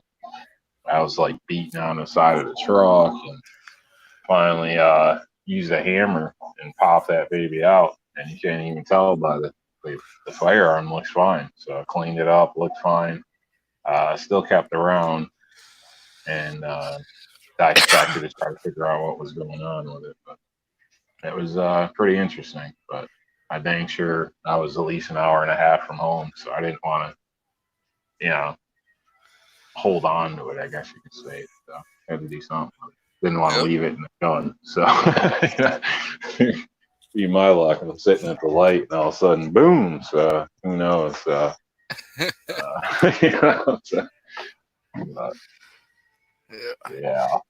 He said, he's like, just barely. I was shooting AR suppressed and barely noticed the difference.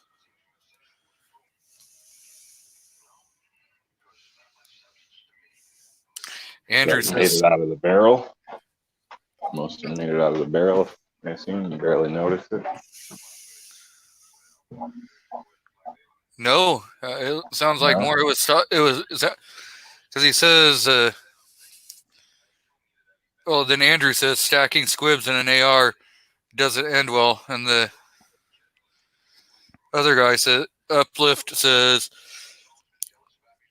jammed in a new round and almost pulled the trigger before I realized what had happened. So that could have been went from a bad day to a real bad day. So yeah. Knock on wood. I haven't had any squibs so far, but I don't use reloads. So, if nothing else, if something happens, I can go back on the ammo manufacturer and say, you owe me a new gun.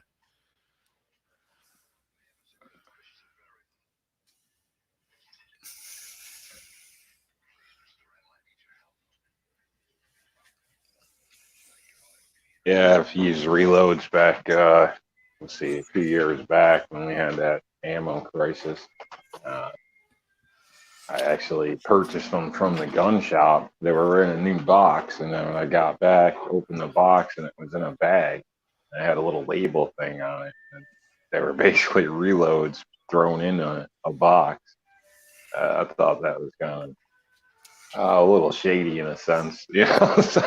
Could have said something, but yeah, it was a good price. Don't get me wrong, and they all ran fine. But yeah, it's just the principles. I thought I was buying a new box of one product, not getting buying reloads. So Yeah. should at least have a sign up or something. So, and I didn't even know you could sell reloads like that. So maybe I don't know.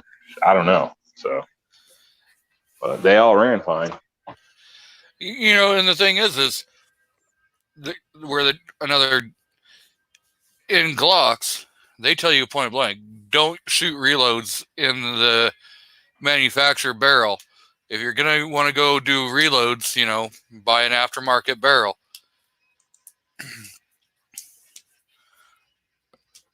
So Yeah, Glocks are the Glocks. they're designed to have really loose tolerances so that they run. You know, you can slap in all different kinds of ammo, you know, and pull the trigger and it goes bang. I explained it. They're the loose, easy gun. That's why all you guys like. Hey, you know, you got the Bet you've all been divorced 3 times too, huh? Glock pistol and the AK rifle. You gotta love those loose tolerances.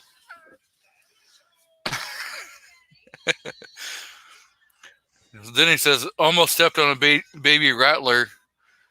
Also, 2 close calls. Yeah, if that all happened in one day, I'd stay home the rest of the day. I'd stay home for the rest of the You're out, weekend. man. Don't push your luck. Take a couple days, regather everything, and figure out what you did wrong. You better stub your toe on purpose or trip down the stairs to break the cycle. Something you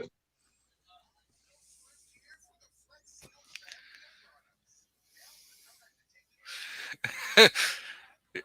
Andrew says,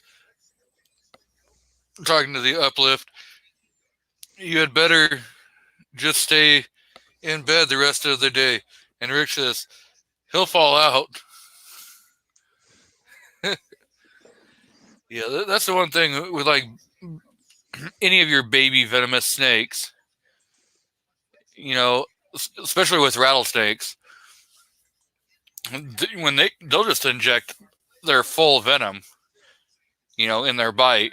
They're not like the adults that, you know, have figured out how to control how much venom that they inject at one time, or if they just dry bite, you know, because you can get bit by a rattlesnake and never have an envenomation. So, but if it's a baby, you're gonna get envenomated every damn time.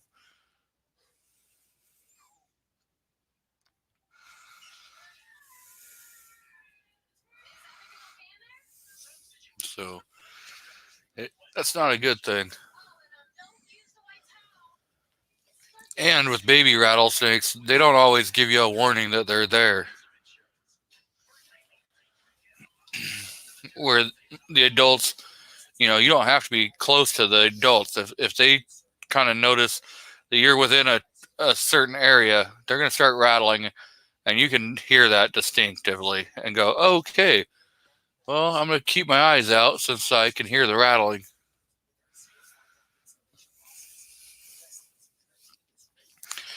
Have either one of you came up on a rattlesnake? I have.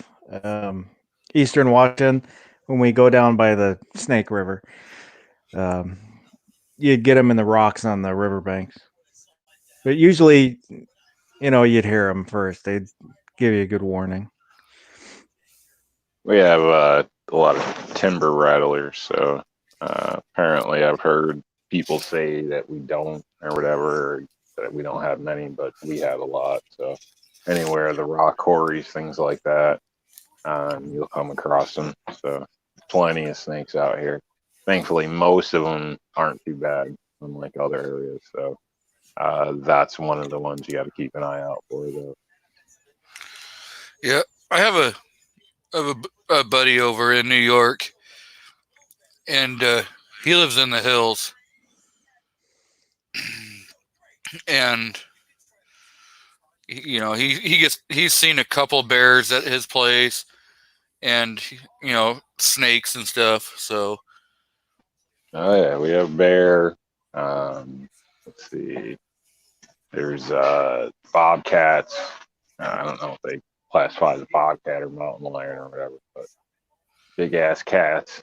They're not like huge, like you know. I don't. I assume most people know what I'm talking about, but they're not like seen on TV like lions or nothing. They're not big like that, but they're like a medium dog, if not a little bigger. So Yeah. nothing you want to play with, that's for sure. Yeah, we have. I'm trying to think of other things here. I can't think of off the top of my head, but a lot more than what the DEC will state we have, which a lot of people laugh about. So I've seen a bear, probably 5 miles from my house, crossing the road. So plenty of bear and deer. I mean, I live in the city, and I've had one in my dang garden before. So it was kind of spooky at night. I was walking in the bathroom, look out, and I seen a glare, and I'm like, "What's that?" And I look, and I realize I'm staring in this buck's eyes. Big antlers there, just standing in my backyard. Like, you son of a gun. So, yep. So we got a bit out here. So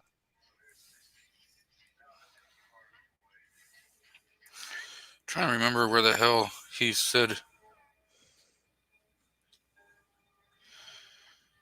I know he's in like the upstate area.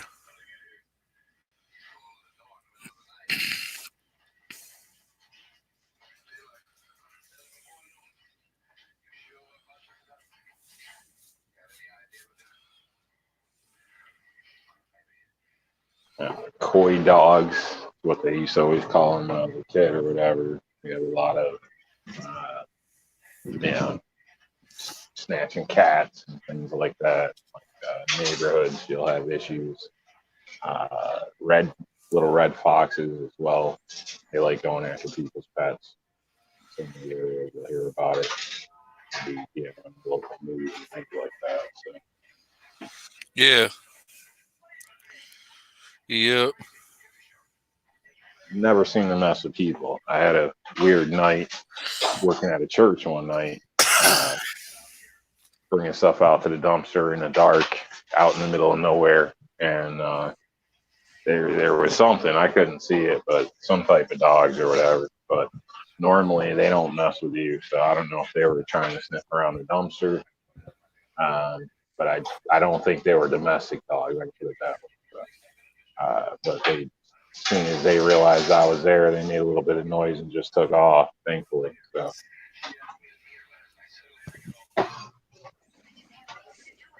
couldn't speak for a kid by themselves, but I would think they don't bother to speak.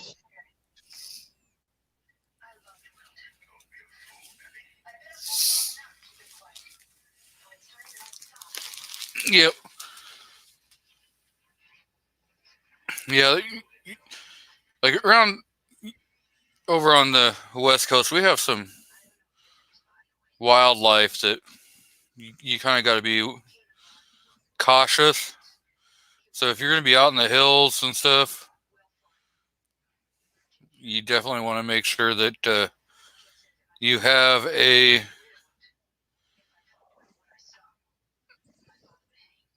firearm on you, because if you come across a cougar or a mountain lion, you come across rattlesnakes, you may need to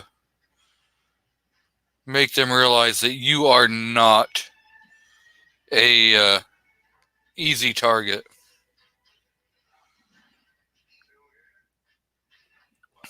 Yeah, I'd agree. And traveling from here to Wyoming for work a few years back, there was cats running across the road like we have deer running across here. It was kind of strange because it was, probably 10, 11 at night. It was nighttime. I don't know what time, but they were all running towards the city, like not together, but you'd go so many miles and then boom, there was a cat going across the road. And like they'd sit there and stare you down too, like almost like, what are you gonna do? I thought it was crazy. I was like, man, you get a flat tire out here, you're done. That's nuts. Place I was staying, they had some trails nearby, so I went out and was walking around there. And I was looking at these tracks and stuff, and then come to find out, my roommate was like, "Yeah, a guy just got attacked out there like a week or so ago." I was like, "Well, it would have been nice somebody said something." I wasn't even thinking about it. They got all these rocks up above you. Apparently, that's not the place to go wandering around. Apparently, thankfully I made it through. It's not like dark meat.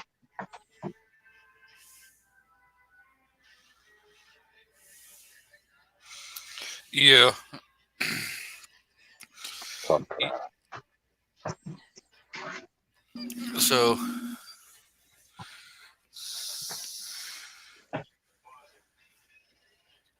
yeah, seems risky. Here, we always hear in the news, some hiker gets attacked or this or that. So I've heard mixed things. The news makes it sound like it happens 30 times a summer. But yeah, statistically, I hear it's not very common. So I don't know what to believe. But either way, it's probably better safe than sorry. If I was hiking or riding a bike or something out there, I carry something here. So I definitely would there.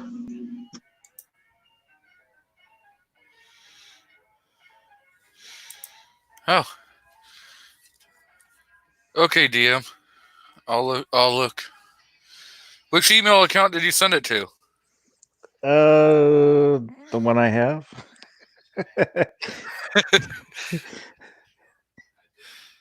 The 23?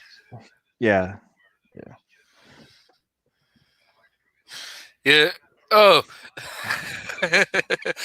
Okay. I saw one like that, but it was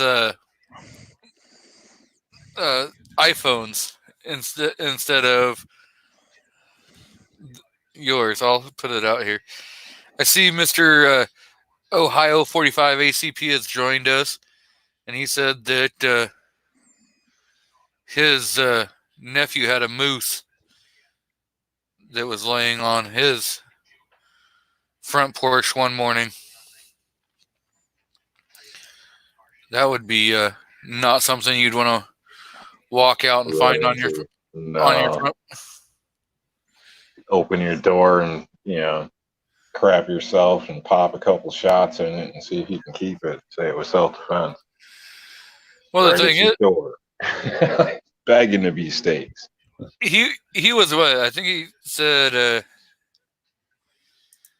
that he was a ranger, like a fort, like so. Yeah, game warden. So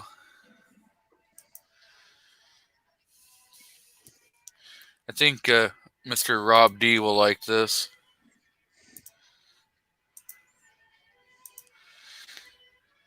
There you go.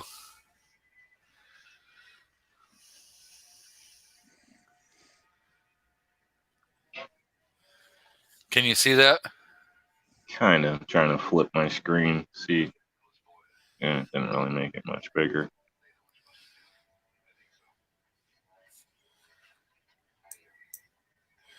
Oops. See. I just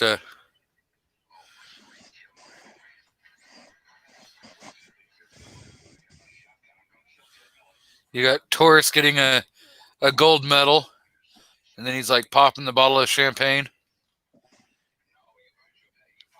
Okay, Taurus down there on the bottom.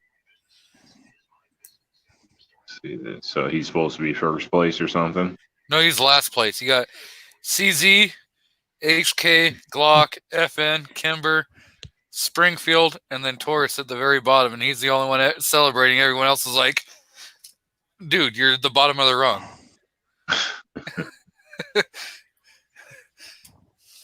Well, you're popping that bottle of champagne. Not me. I don't have Tauruses.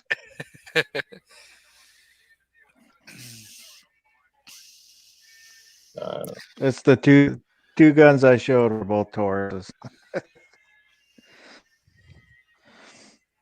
I don't think Tauruses are bad, personally. Hey, you don't know, have any myself, so A gun is a gun as long as it goes bang. Yeah, it's made in America, has a good warranty. My Glock is made in America, has a good warranty. My Taurus has a good warranty. Now customer service sucks balls, but they're trying, according to Gizzard Gary's last video, they're trying to fix that issue. So,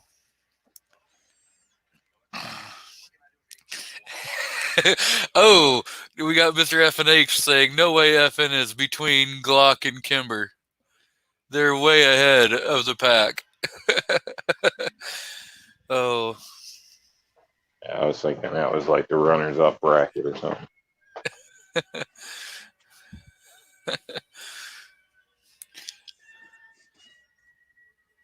at least Mr. FNH, the FN was above Kimber. It could have been below Springfield, above Taurus.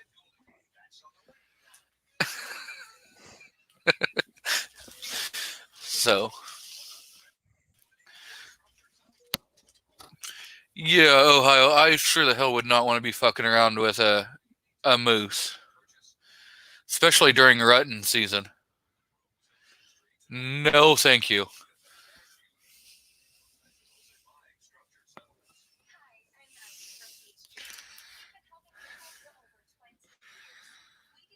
.402 says really can't go wrong with a Glock.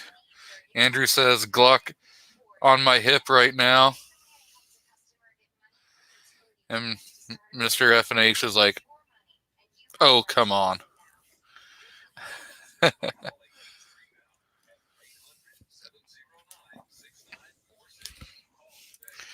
So did you send another one, DM, or was it just that one?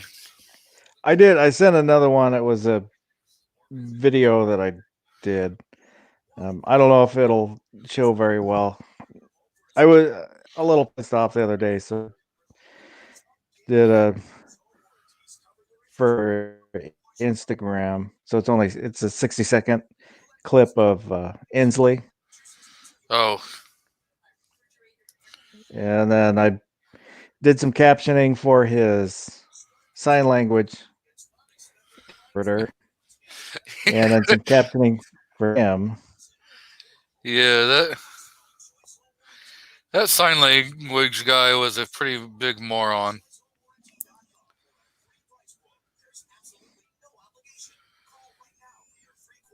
Looks like Roro is quirking me, or he just released a video. Well, Yankee's gonna be working you here in a couple minutes. Oh yeah, he always does that. I'm not. So was the sign language bad stuff? They were giving it wrong signs or what? No, I just added my own captions for what he's saying. Yeah, that's kind of like language in a sense, where like English writing or something where there's kind of different forms of it, and people in certain places do things one way, some in another do them another. So, I mean, the alphabet's the alphabet, but when you get past that and start, symbolizing words or whatever. Mr. FNH all saying about FN, but he's carrying his wife's 42 right now, like a bitch, is what he says.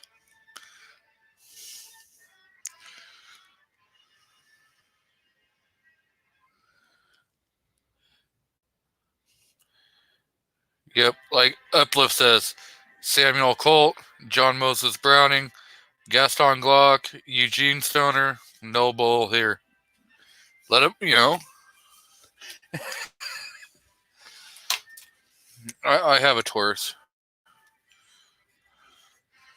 Ohio says that he has a P365 and a 12-round mag.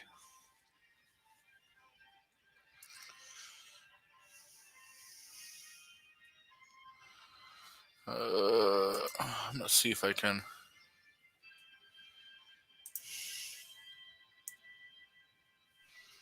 I don't know. Maybe I'm just late into it. Yeah, I don't know when you guys started getting into guns or whatever. But to me, there's a lot of firearms that are comparable in my opinion.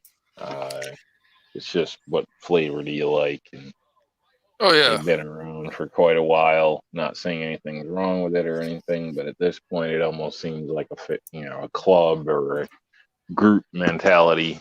And when people point something and say I'm supposed to like something, I can't help it, like just not like it. So, to me, it's just but yeah, I'm different. Yeah, but a lot. Yeah, I don't see anything wrong with the guns or anything, but I think a lot of that stuff is funny. The way people stand on them, as if it's some type of death laser beam or something. I don't know, but it's a mechanical item like anything else. Some good, some bad, some have issues, some don't. And if you look at the actual history, they had a lot of issues back in the day as well, but because they were basically handing them out for free to departments and stuff. Great at marketing. They remind me of Pella, for the longest with Windows. They had basically the only market for the wood case window.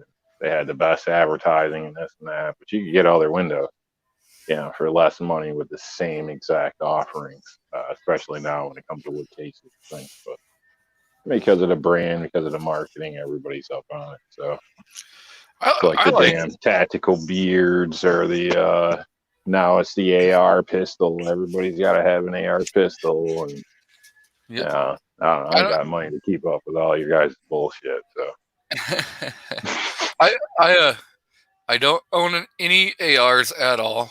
That's just personal preference. I like the AK better. That's again personal preference. I don't see anything wrong with any of those. Mr. DM, do you see what's on the screen? Yeah, that's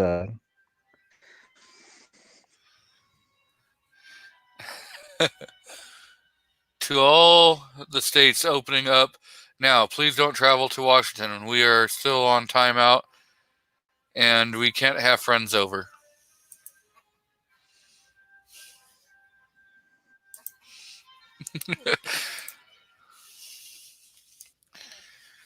Oh, Mr. Book says for me to check my emails.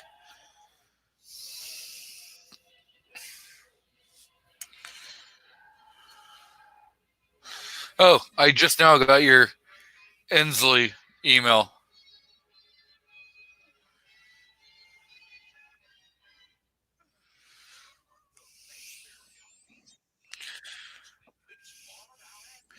Okay, well, we'll show this image on screen.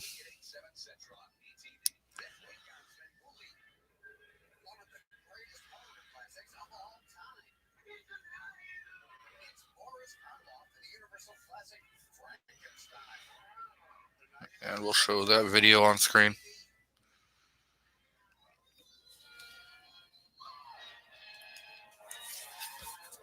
if you show it, hopefully you can read the captions. Hopefully it's not too small.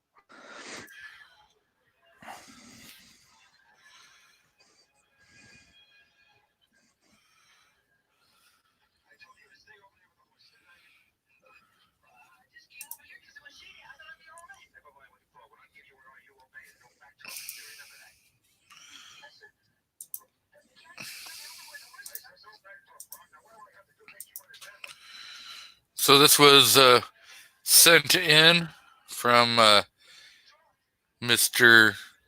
Gun-loving Grandpa.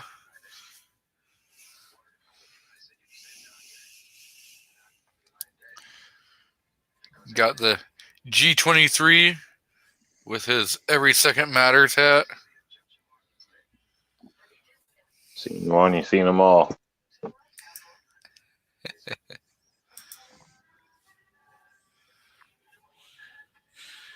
Thank you for the picture, Mr. gun loving grandpa.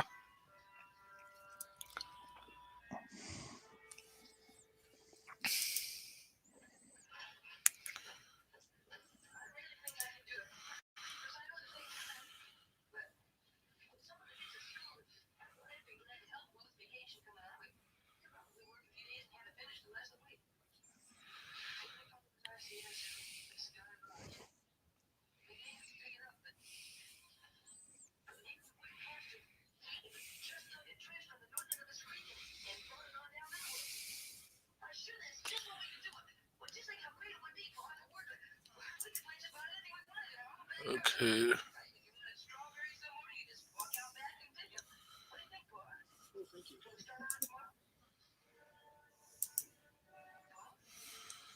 Let's see if I can pull this up.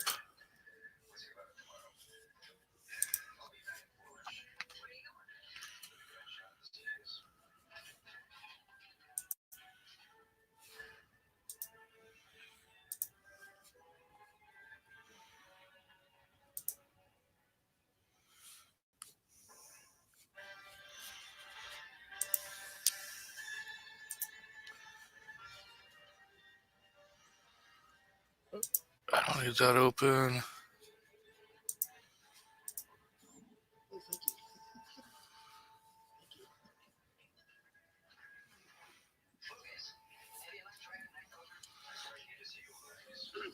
Мне в этот момент, когда я впервые вступил на американскую землю, поблагодарить господина Эйзенхауэра за приглашение посетить вашу страну.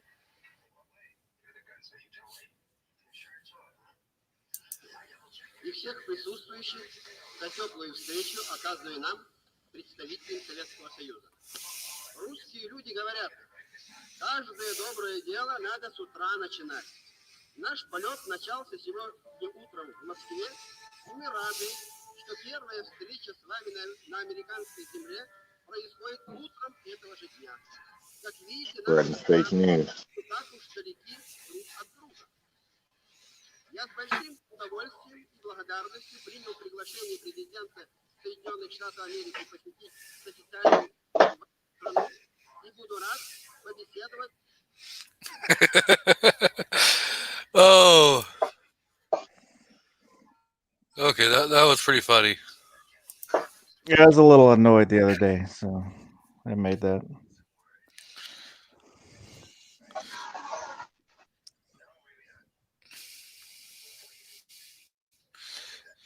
Yeah.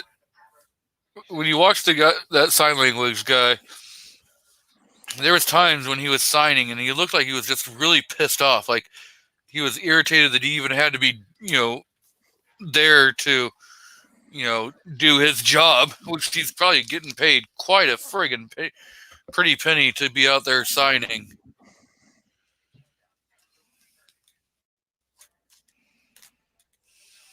Yeah, I was gonna say, I doubt he's upset about the his job, unless he's on salary or something. Most people that interpreters, tend to do fairly well, even as on the college level in a sense. So when they, help people out for school and things like that. But most of that follows people even into their personal life, doctor's appointments, different things. So.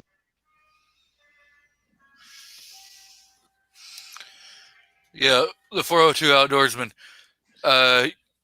You can order those patches. You can get different colors and everything on there.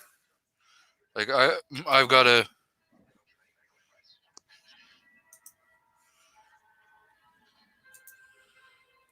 a brown and black. Every second matters patch that I got from Gizzard Gary, but he got them from G-Webs. And Rich White threw the link out there. So thank you for doing that, Mr. Rich White. We've got Carolina EDC. Welcome. Hello. What's going on? Not much. Did you do any open carrying today for Every Second Matters? No, I was at work. How was that? Boring as usual. Not much going on today. Weekends usually pretty dead. Yeah. Working security. Oh yeah. Now, without saying the company you work for, do you do like college campuses or like the courthouse and stuff like that? No, it's I can't really say, but it's somebody I know. Everybody knows, pretty much. So, It's like, it's a data center. yeah, yeah. You get to do the fun one, kind of, They're more laid back. You don't Yeah. have to really deal with the public much at all. One of my buddies back in Washington, he was a reserve sheriff's officer, Mhm. but he also did security, and that's how he went into the reserves sheriff's department before he got hired on to full-time sheriff's department. But he did security at the courthouse, so he Yeah. got a cake job. He just sat in a chair, and if you wanted to come into the court, you had to empty your pockets and walk through the metal detector.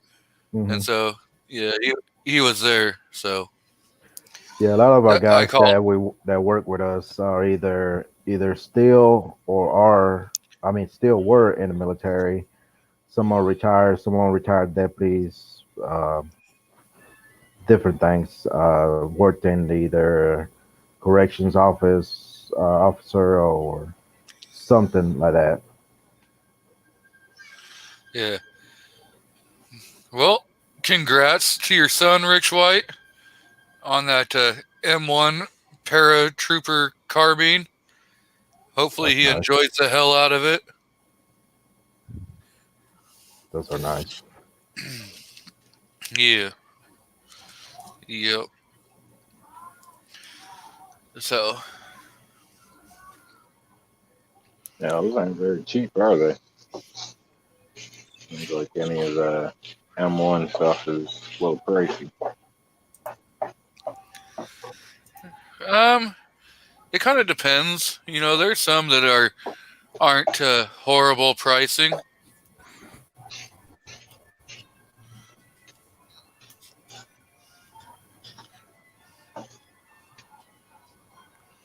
Man, this sausage smells good. Hornets from Asia and Washington State. 2-inch long murder hornets. They can kill humans. But they're definitely going to wipe out our honeybee population if we don't stop. Wow. So I guess there's some 2-inch long hornets in Washington State that they're worried are going to go after the honeybees. Yep. Saw That's- that earlier on Drudge today. So apparently they're quite big. And the guy went out to check his bee colony, apparently. Was concerned they might be in the area, so he threw on a couple pairs of sweats and his beekeeper suit, and he still got stung 7 times by it, according to the article. Well, I they're guess you're probably looking at a 1/2-inch stinger or something. So they're I don't know. I'm guessing. the venom can dissolve flesh. I've seen them in Japan. I've actually seen 2 hives fight, and they're kind of scary. They got the frowny, angry faces on them, and they're huge. But they'll attack honeybee.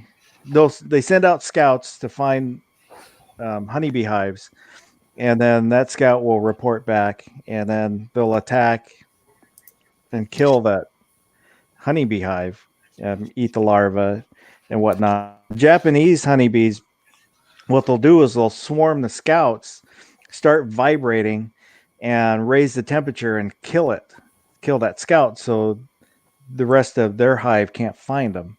But the European honeybees in Japan get killed because they don't have that defense mechanism. Interesting. And I saw when I was over there, I watched a video, a guy removing one of the giant hornet nests, and the hornet was trying to sting he had a clear face mask, and it was trying to sting him, and you could see the venom running down. There's so much of it. You can see it running down his face mask. They're not super aggressive. They're not like killer bee aggressive, but they're just big and dangerous. Do we know much about them? Do you know much about them? I mean, could they possibly be baited in somewhere and poisoned, or? I don't. From what I saw, they would just go up like any other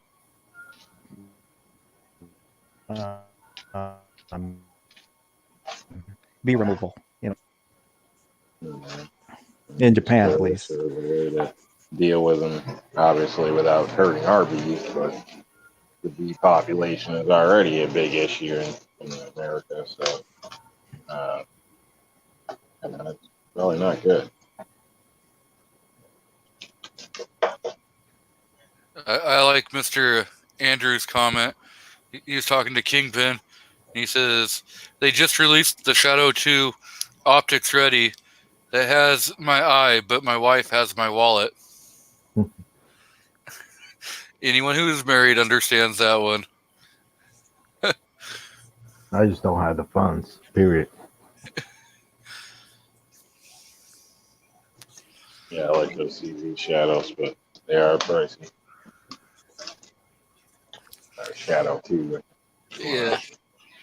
I don't know. I've still been looking at that CZ 75 TSO tactical, like the tactical orange and 40, but that $1,400 street price.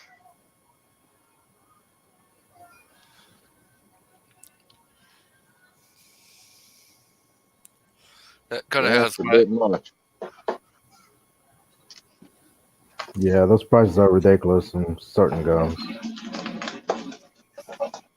I think a lot of them are a bit overpriced, in my opinion, but especially when you're talking, you got to sit there and go through the break-in period and all this stuff to understand they're artists, they're specialists and stuff, but still, a piece of metal in the end of the day is a dang piece of metal.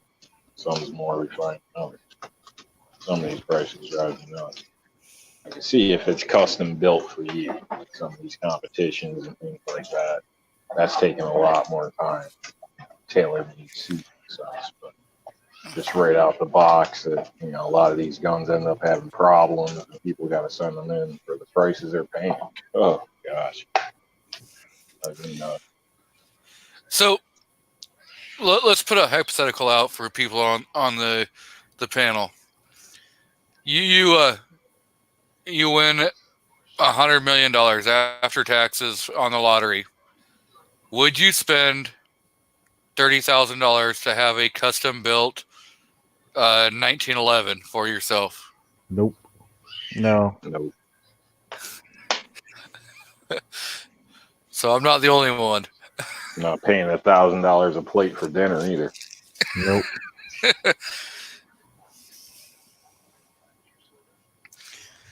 Yeah. If I had won like $100 million after taxes, I could see spending probably like $3,000 on a Dan Wesson or a Les Bear. I still would not buy one. Welcome, Mr. Ozzy. Good to have you here.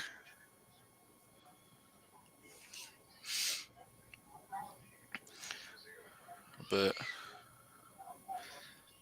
yeah, some things I just don't think are worth the money. Yeah, it's almost not saying it's not worth the money, but to an individual, the value may vary.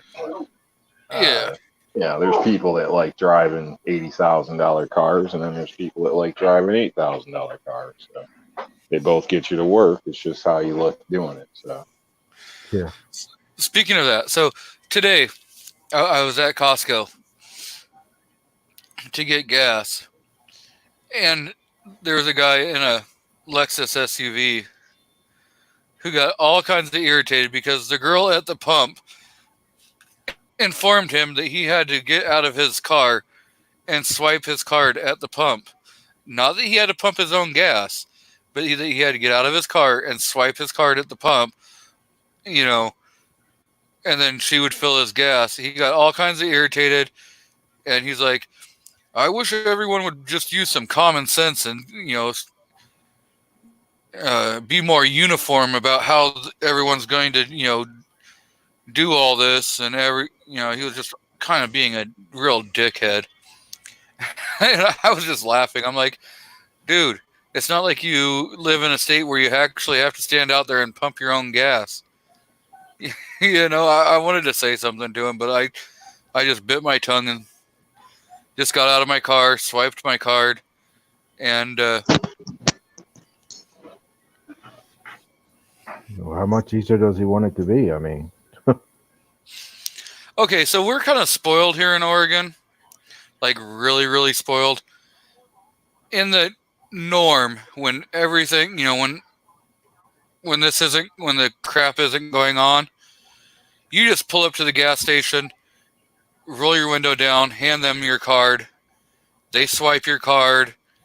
They hand it back to you. They fill your vehicle full of gas, hand you a receipt, and you drive off. wow. We're pretty spoiled. Hmm. What's What's the minimum wage pay over there in Oregon right now?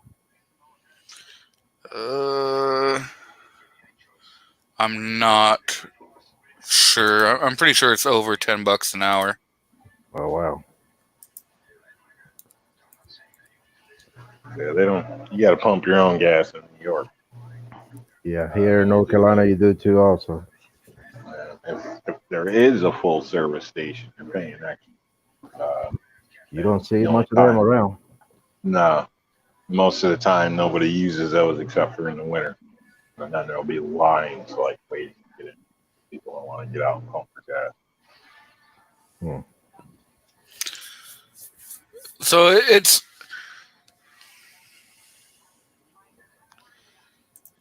I'm looking at the minimum wage, and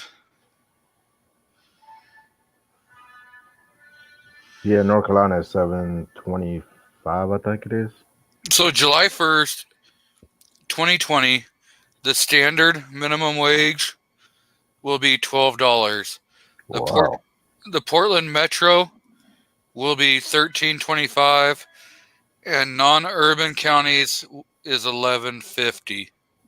Yeah, $7.25 here across the whole state. But not many pay that much. They pay above that. Yeah. So Yeah, it's $12 in Washington. yeah.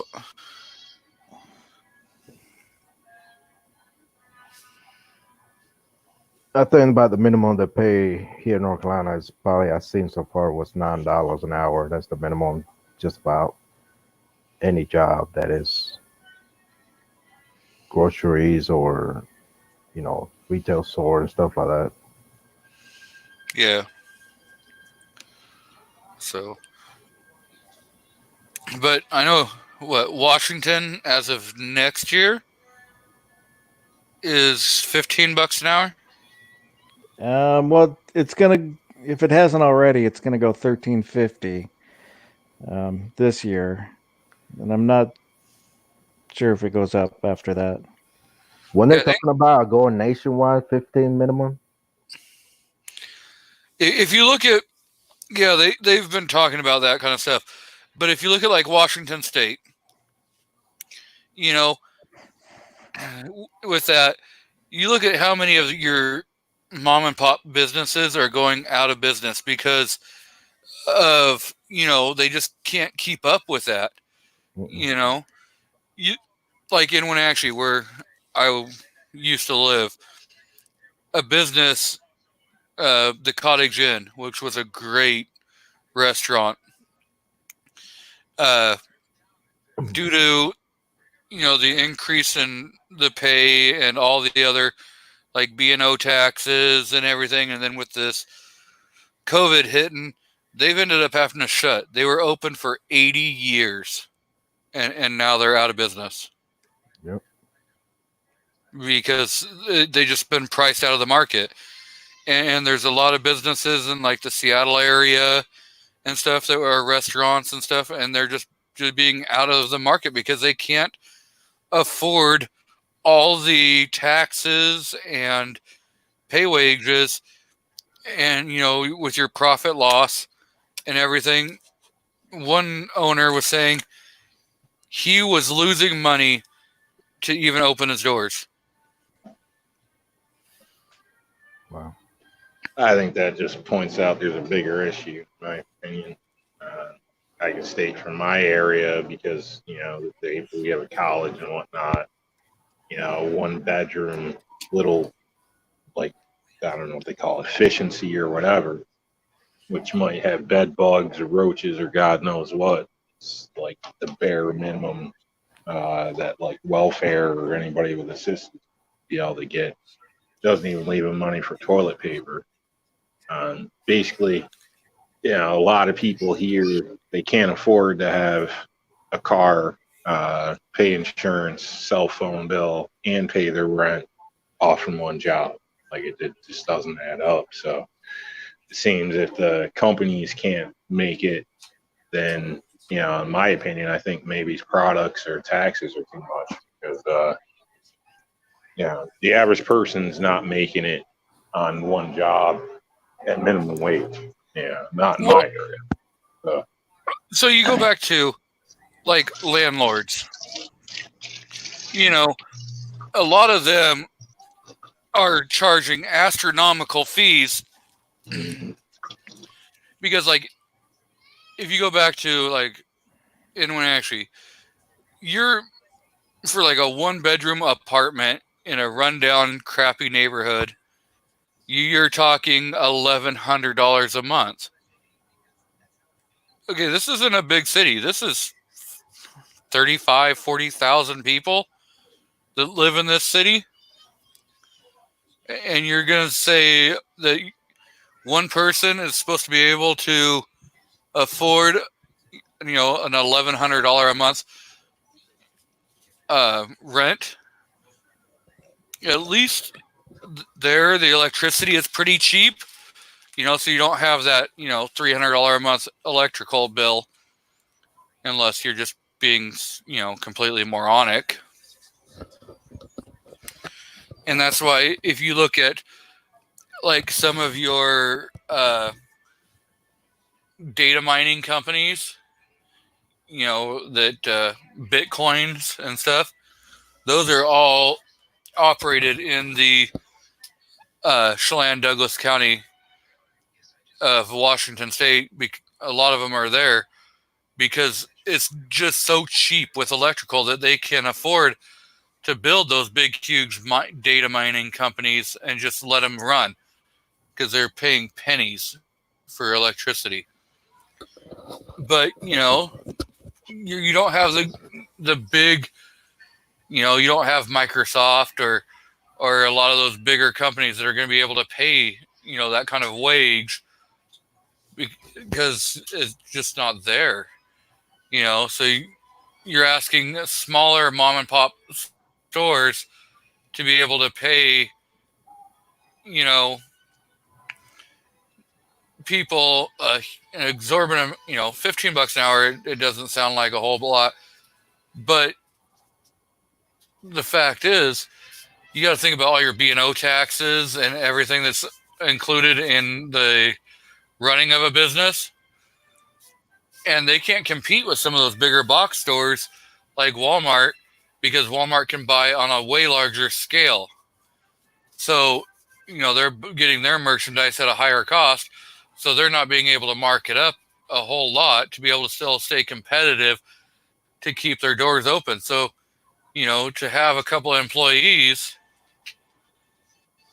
it costs, them way, too much money to be able to say, okay, well, I've been running this business for 60 years. I'm just going to close because I just can't afford it anymore. Plus the tax benefits and everything else, tax cuts and stuff, the bigger corporations get that the smaller guys usually don't qualify for. Yeah. A whole nother level in a sense where, if you're big enough, you really almost don't pay anything. Which is, in my opinion, an issue. So it's like our state, if you're coming here from out of the country or whatever, they'll set you up for like 7 years, no taxes. There's stories about they'll even supply you with a vehicle.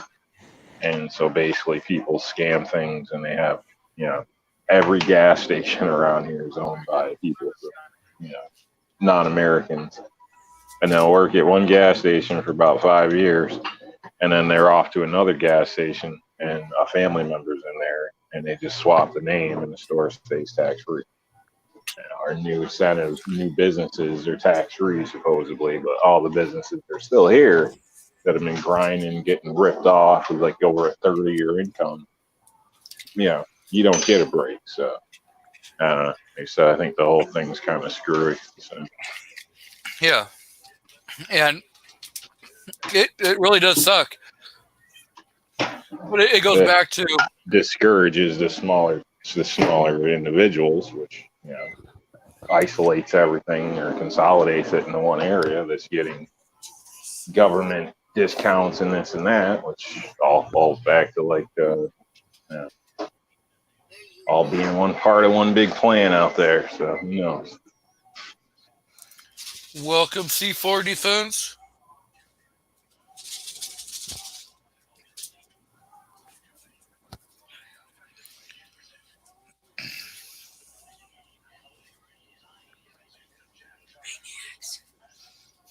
That's the way a lot of people get around taxes. If you can find a little loophole, a lot of people will try to, run and scam those loopholes if they can find them. Where, like buying a new truck for your business every 2 years or whatever, selling the old one, and then you put that money in your pocket, but you get a discount for purchasing a new one. And it shows a loss or a new job trailer. You basically almost end up getting it for free in a sense, because you end up selling it later anyway, and slap that profit right back in your pockets. So like, there's a lot of loopholes with different things. But when I used to live in Washington and I had my process serving company, and so I served court documents and everything, I put all my vehicles in my company name, even if they were my personal vehicles. And I would write a bill of sale saying that I sold them from my personal to the company. So I could show a loss and everything.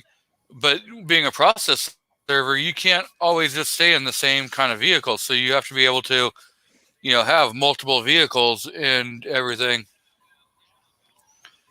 Because people start, oh, crap, the process server is rolling into the area.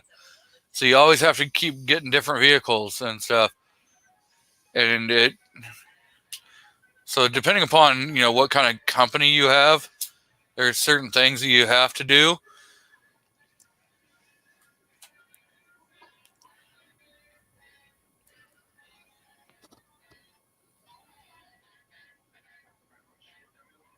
yeah, I mean, I know, in some cases the smaller guys do it too, but I've never, been able to just get out of it like other people have. But it seems like when you got enough, then you pay your guy, and somehow it works out that you're barely paying anything, if anything at all. So I paid a lot of tax. I paid a lot of taxes the state to give them a break for 7 years that not everybody abuses, but a lot of them clearly abuse. And Yeah. the rest of us are still getting stuck, you know what I mean, which is ridiculous because, you know, I hate to say it, but a lot of these people, you know, they're signing up for welfare too. They're doing this, they're doing that. So it's like, I don't know if it's, you know, a foreigner thing or what the deal is, but, you know, the whole bleed the beast thing is real in New York, where people try to get every dollar out of the system they can because the system will give it to you. So I don't agree with that mentality, but that's what a lot of people do. See, like when I had employees, I had contracted employees, so they had a 1099. So that I wasn't going to have to deal with their taxes and all that and pay unemployment taxes and everything. If I would have gotten larger, I would have then switched over and had them as employees instead of having, contracted 1099 employees. But yeah, you have to, if you're trying to grow a business, you have to figure out, that kind of stuff. There's some of them, like restaurants. I don't think I would ever go into trying to own a restaurant unless it was, a known, where you're buying a franchise and you're not trying to create your own from the ground, because, that's a lot harder. Less than 1% of restaurants will make it more than 3 years.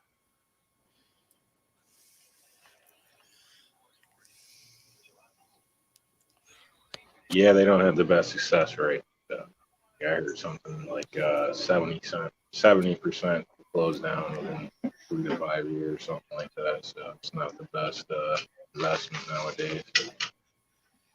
Yeah, the last I looked in a restaurant,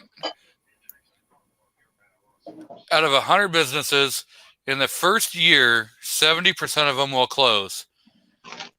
By the third year, another like 25, 29% of those that had made it through the first year were going to actually. So you ended up that you're probably having 5 restaurants that would succeed out of 100, make it through the first 3 years.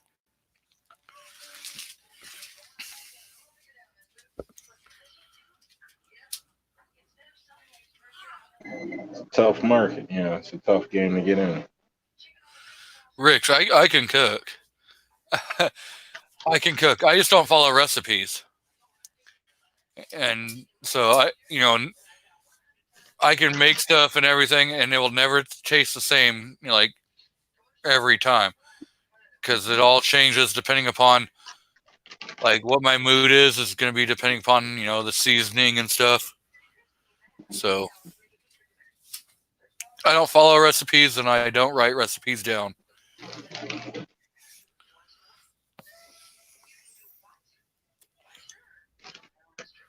Crazy.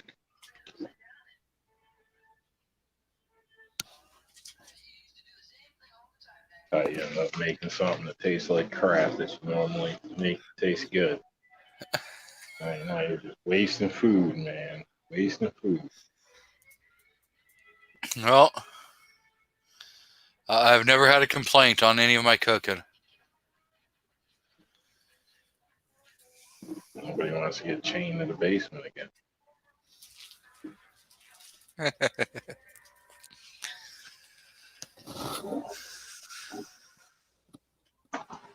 Nobody lived to complain.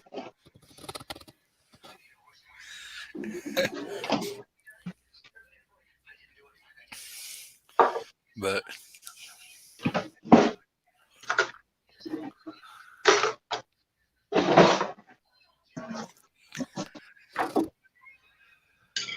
I've been looking at my YouTube creator, information. Mm-hmm. And it's weird because like on my shorter videos, 2-3 hour long videos, my retention isn't there, and my views isn't there. But when I get into my 4 hour long videos, I get more views and more retention and more thumbs up.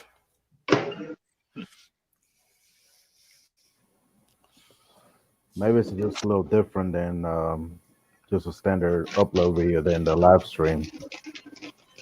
Who knows? Yeah, I don't buy most of that analytics stuff. I think they might get close, but I know they're off. Because I know mine will claim that I have 100% male that watch my, subscribe or watch my channel. Yeah. I know for a fact of like 4 girls that watch it, so it's not counting them at all. Which I know would be a small percentage, but it's still, it can't be right. You know what I mean? And it's been this way forever, so it makes you wonder. Yeah, according to it, I have 100% male viewers also. Yeah, and the age jumps around a lot for mine. With one video, it'll be, the majority will be 55 to 60 or something, and then the next video it'll be 25 to 30 or something like that. It just keeps like dramatic swings. Yeah, I haven't gone into that part of it, but I have 3% of my viewers are outside of the United States. Yeah, I have something like 13% or something like that, which I find odd. At one time, it was like 60%, 70%. The majority of my views were supposedly from overseas, which I thought was, again, hard to believe. But most people here don't know who I am, so I don't understand overseas. You know what I mean? Plus, something I reviewed as a hot item over there at that time for some reason. I don't know. Other than that, it doesn't add up to me. But I've looked at all the analytic stuff, and I'll look at it from time to time. I don't have a clue what any of it means. Yeah, like 94.8% of the people that watch mine are subscribers. That's a lot. They are subscribers? Yeah, they're subscribers. Yeah, that's a lot. That's from what I hear, that's not good. 5.2% are non-subscribers. And top countries, United States is at 82.1, and then so you got what, 17.9% that are outside of the United States. Mine's the opposite.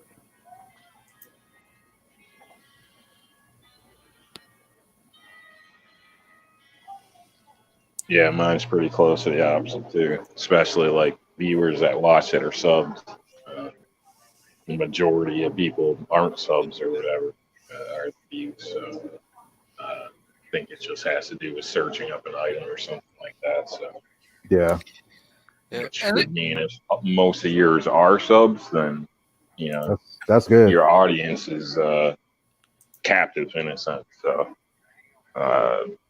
obviously you want that to be, depending what you're going for and what you're doing, but you want that to be basically the opposite way, where new people are looking at your stuff. Hopefully they would subscribe at some point. So. Yeah. But just to my basic knowledge, so I was given a little info back when I first had issues. I asked Clover, and thought myself weird too. So, but yeah, I'm not too concerned. Doesn't really matter to me because I'm not trying to make money or do anything like that. No matter. Might be helpful to you. Rich White says G23 is big in Saudi Arabia, or so I hear.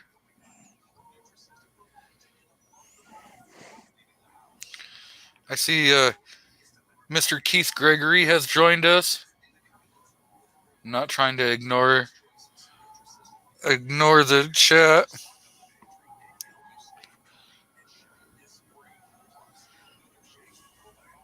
Pizza in the oven. It's looking good now. Yeah. I've heard a lot of comment that people are having trouble like finding my channel. So I've thought about trying to search my channel not logged in to see how hard it is to find my actual channel. It is hard. And I'm not quite sure why that is. Big block thing.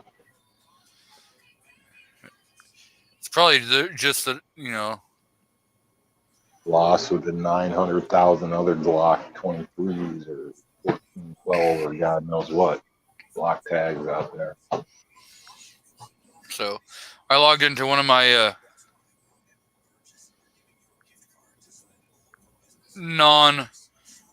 my troll accounts.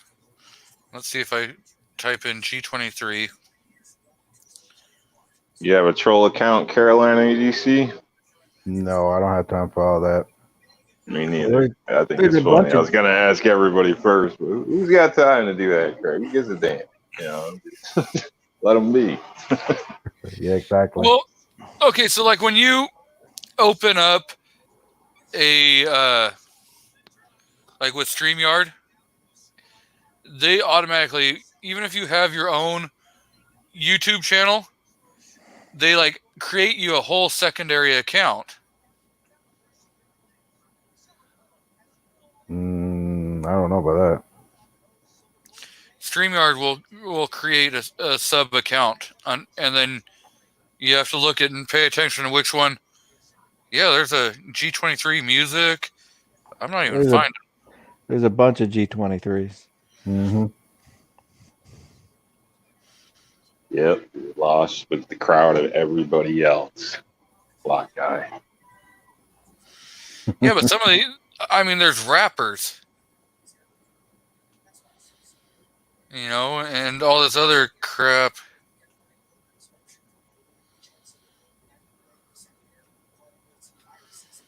I think your name is a little too simple, and everybody has that same name, so that's what makes it hard to find. Yeah, I used to have a super, super long one, and I shortened it. Yeah, it was a pain in the ass to type.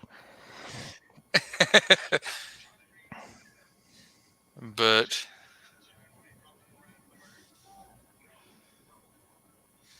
I may have to figure something else, because I'm not even finding myself. So I can clearly see why people would have that problem.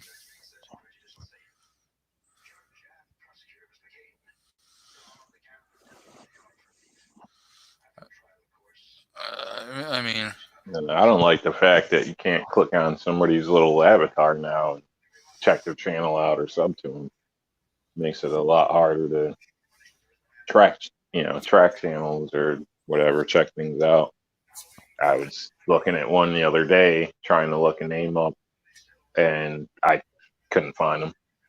There's like yours, where there's 20 of them. You're clicking through, can't find. It's like, my goodness, like it would have been a lot easier if I could have just clicked the thing and popped over to their channel. But it used to be that way. Not at all.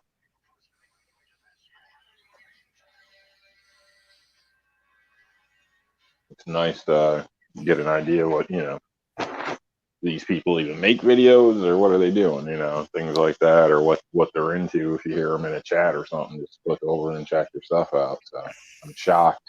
It seems kind of counterproductive to YouTube. You think they'd want you to stay stuck just a button away from continuing through their system. Apparently, they want to make it difficult for people to, find people on YouTube. Yeah. So there's one that's all in Spanish.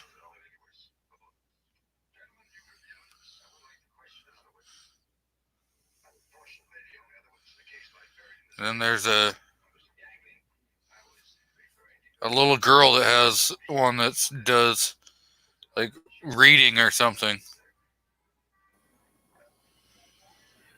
Yeah, even now when you upload videos and you have to rate your videos, they still put a stop on your monetization and stuff like that. I don't know why, but they still, even though if it's gun related, you still have to fight it. Yeah, and then during the appeal process, they're still making money on it, and 90% of your views are going to happen in the first 3 days. And so by the time we're going to, finally I found myself 9 videos, 96 subscribers.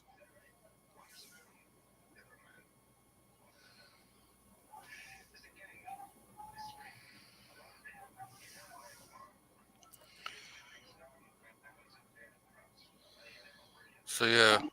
It's not bad for 9 videos.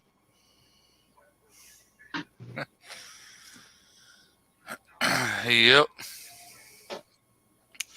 It's not like you're in a bathing suit, shaking your booty on screen or something. You know what I mean? So, yeah, not too good.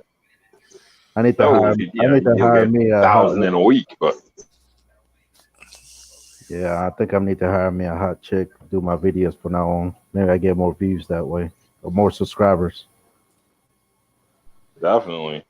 You don't even have to say nothing, just have an image. I mean, there's another one that's G23 Music, is what their picture, 35 videos and 6,000 subs, 5.92 subs on 23 videos.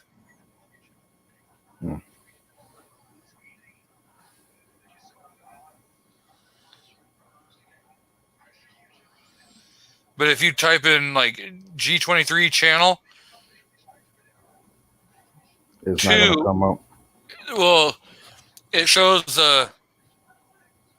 G23 channel review March 2020 after hours Clover Tack, and then one from Seven Wonders. And it's kind of sad. Clover Tack only has 45 views on his video on my channel. And then Seven Wonders, who said that he was going to come and just be on my original channel when I did my very first live stream, he had 92 views on a 48-second.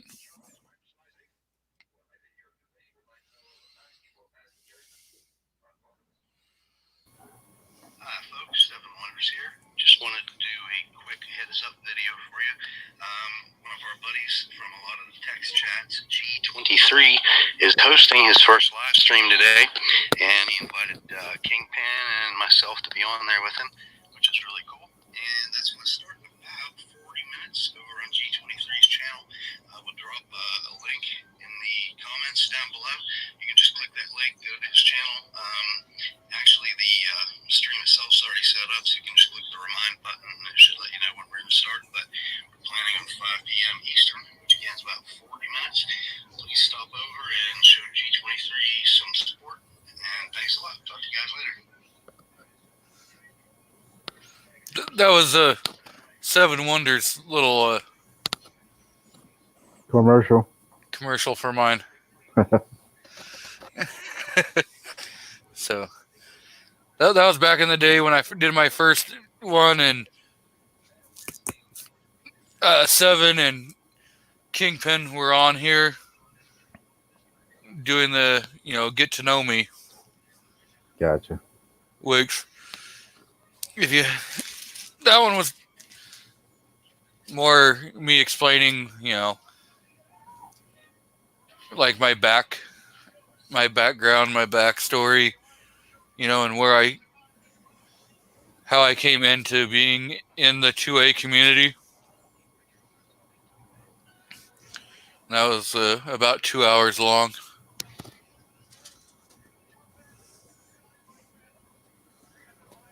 I just like shooting guns. Yeah, Yep. but I've been going back into my streams, you know, and updating the information and then tagging the channels that are in the live stream, hmm so that it gives a link. It should give a link to the channels Gotcha. and make it easier for people to, you know, find other channels if they watch the stream and go, hey, I kind of like that Mr. DM Foss. I'll check out his stuff. So they can just click on the tag in there and find the channel. Yeah, So makes it a lot easier. I've kind of started doing that. So, question to everybody on the panel: what is your next purchase for this year as far as firearms, or what are you looking for getting, if you are getting one?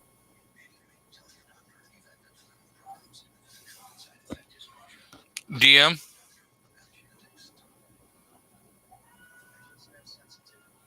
Yes, sir.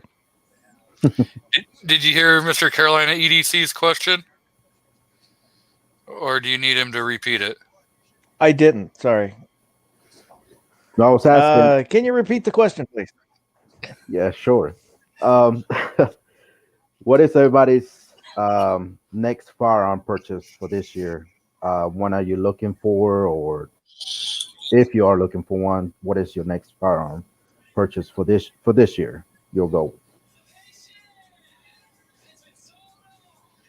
I'm considering either a Mossberg 500, Remington 870, a CZ 97 BD, or FNX 45.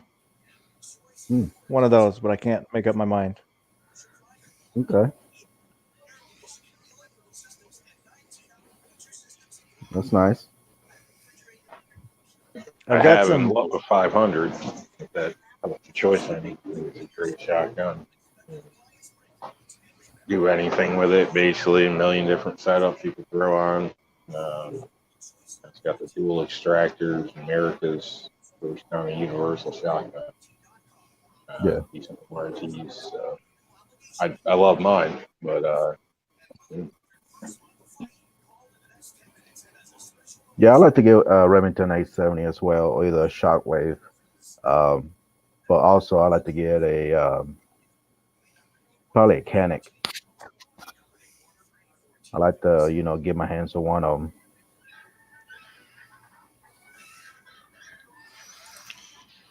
So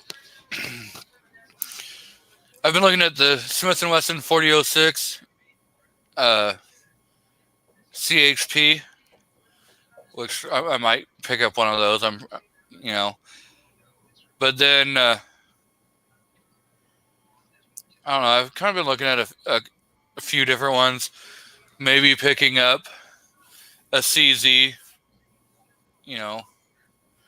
or something. Kind of broaden my collection.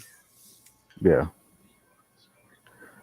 I'm looking more forward to the 3 firearms from Palmetto State. They're supposed to come out this year. One is being the Dagger, which is pretty similar to the Glock. What's the other one? Oh, I can't remember. But it's a PCC type carbine, 9mm.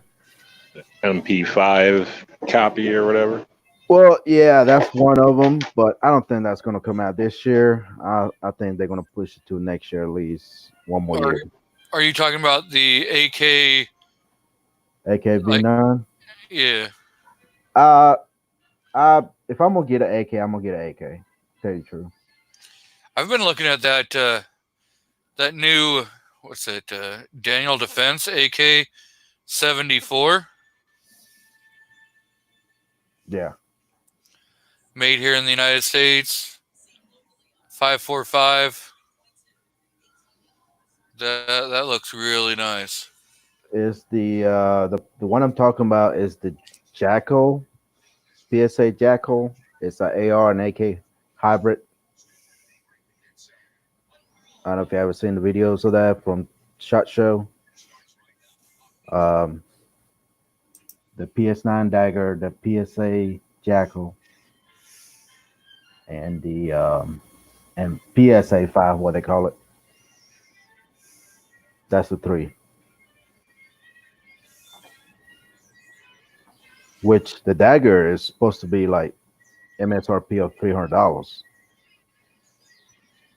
So that's gonna be interesting. I think I'm gonna wait on. The idea.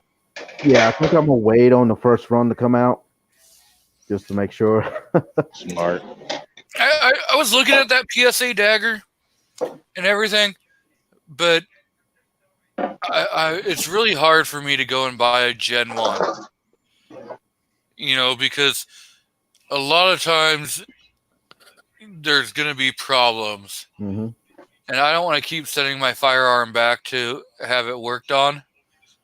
When I buy it, I want it to go bang every time. And I want to be able to, enjoy it. I don't want to be like, oh, well, yeah, I bought it, but it's back at the shop getting fixed. Yeah, that's the reason why I said I'm gonna wait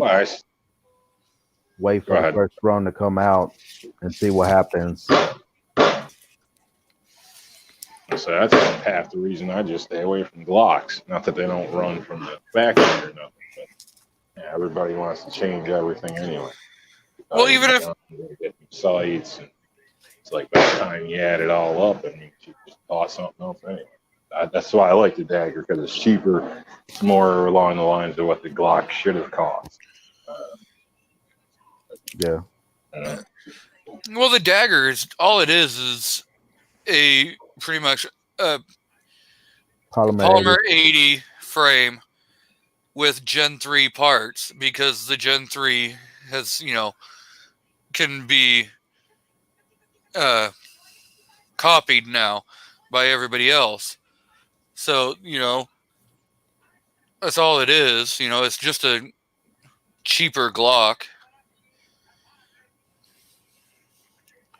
There's not much real innovation in it that I could see. It looks all the like price. That's the difference. My opinion. Yeah, the cost. You know what I mean? Like I said, due to what Glock should have cost when they initially came out and whatnot, but they raised the price. You go pick up a Gen 2, Gen 3 Glock, you can pick them up all day for, sub 300, 350.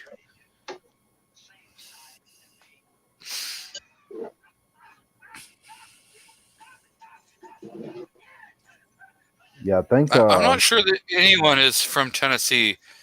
I think North Carolina, New York is kind of like that closest you're going to get to the Tennessee border. I'm about an hour from the state line. About an hour and a half. I'm about 30 minutes from South Carolina state line. Yeah. And then C4 Defense, he's, kind of the middle of the state. No, he's towards the mountains. He's 45 minutes from me. Wow. He's closer to Tennessee than me. And then you've got like Seven Wonders whenever he shows up, but he's in Raleigh area, I think. Yeah, that's the opposite way.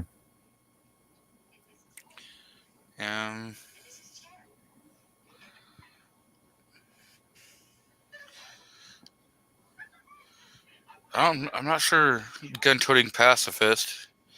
I think he's There's a lot of YouTubers in North Carolina. Yeah, there's a lot of YouTubers in North Carolina.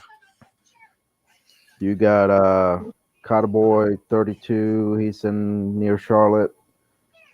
You got Mr. Guns and Gear. He's in the Raleigh area, I think. Then you got Such 00. He's in Greenville, South Carolina. Who else?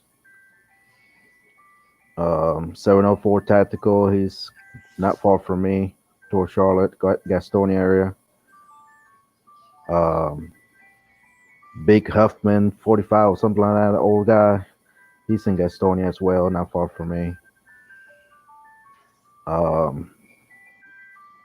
She's Obnoxious One. yeah, he's towards the right close to Charlotte, I think. He's in somewhere that area, or a little farther than that. I think Pacifist is northeast. He's up in the northeast. Yeah, I think he's in like the Boston or something. Yeah.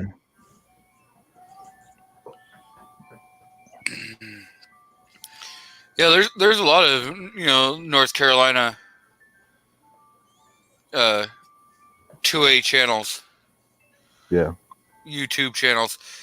But like here in Oregon you've got Beretta 9mm. You've got Paul Harrell. You've got myself. You've got Misha N, who's over on the coast. I can't think of anyone else. Yankee used to be, but he moved up across the border. Yeah. Most of during my travels, I seem to have a great time in Carolina. So I don't know if it's just been my experience or what, but people seem very nice and helpful, and basically like decent people. So I thought that was kind of cool. Where was that at? That was near Seven's Place by Durham. Oh, so, okay. Yeah. Spent a few days out there, and everybody I met was great. I mean, like, really cool. So, it's a big contrast from New York, anyway. So. Like when I was in Simpsonville, South Carolina, there you could tell there was depending upon like what area you were in. Like if you went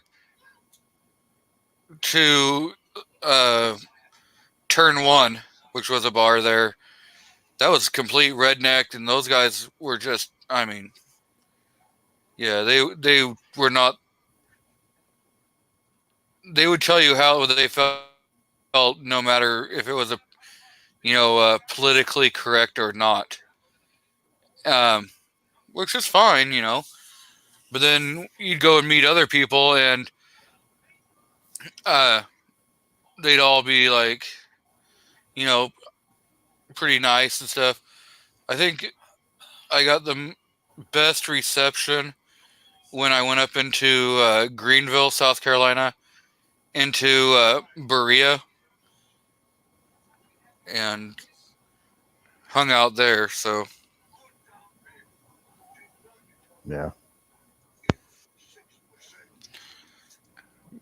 For people that Berea is an area in South Carolina that is outside of Greenville, that's more of your Guatemalans, your Salvadorians and stuff. And so, yeah, they were pretty fun to go hang out with. Yeah, in Charlotte, North Carolina, there's a little bit of everything, to tell you the truth. Pretty much every ethnic you can think of is in Charlotte. Well, like I said, people I bumped into seem very respectable. I've seen lady drop something. I don't remember what it is now. Some kid in another booth walked over, picked it up, handed it to her. And like the common courtesy stuff seemed legit, and me like just making small talk with somebody at a store. I was shocked you guys have like your own liquor stores or whatever. It's not at a regular store, so had to go to a different place or whatever, and talking to the people there.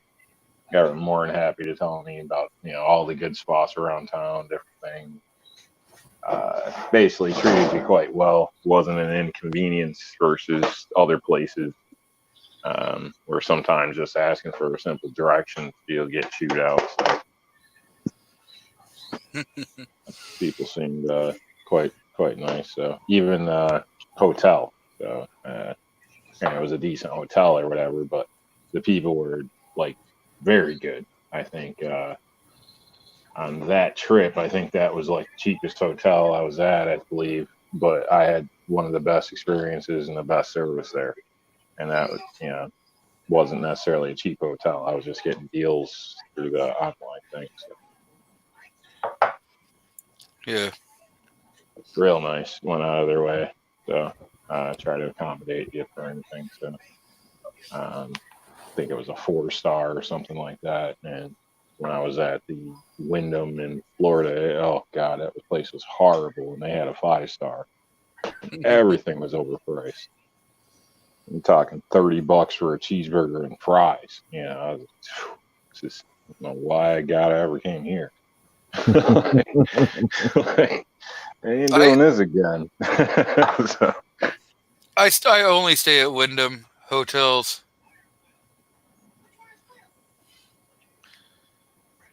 Yeah, I didn't like it. A friend of mine had a timeshare, tried to talk me into going a while ago, and I guess they stay in a different spot or whatever when you go for that. Apparently his experiences are a little different, but yeah, mine wasn't great. I mean, I paid, good money, got to a room that was a disaster. Like beds weren't made. There was hairs in the bed. There was pimple juice all over the mirror. Shower heads had like lime and crap hanging on a lot. Like the whole place was a disaster. Not clean, not nothing. And they ended up, saying, they apologize. They're gonna get on it and this and that. So even like the garbage cans were full. And it was just pretty bad. So they cleaned it. We found something to do. Go back in there.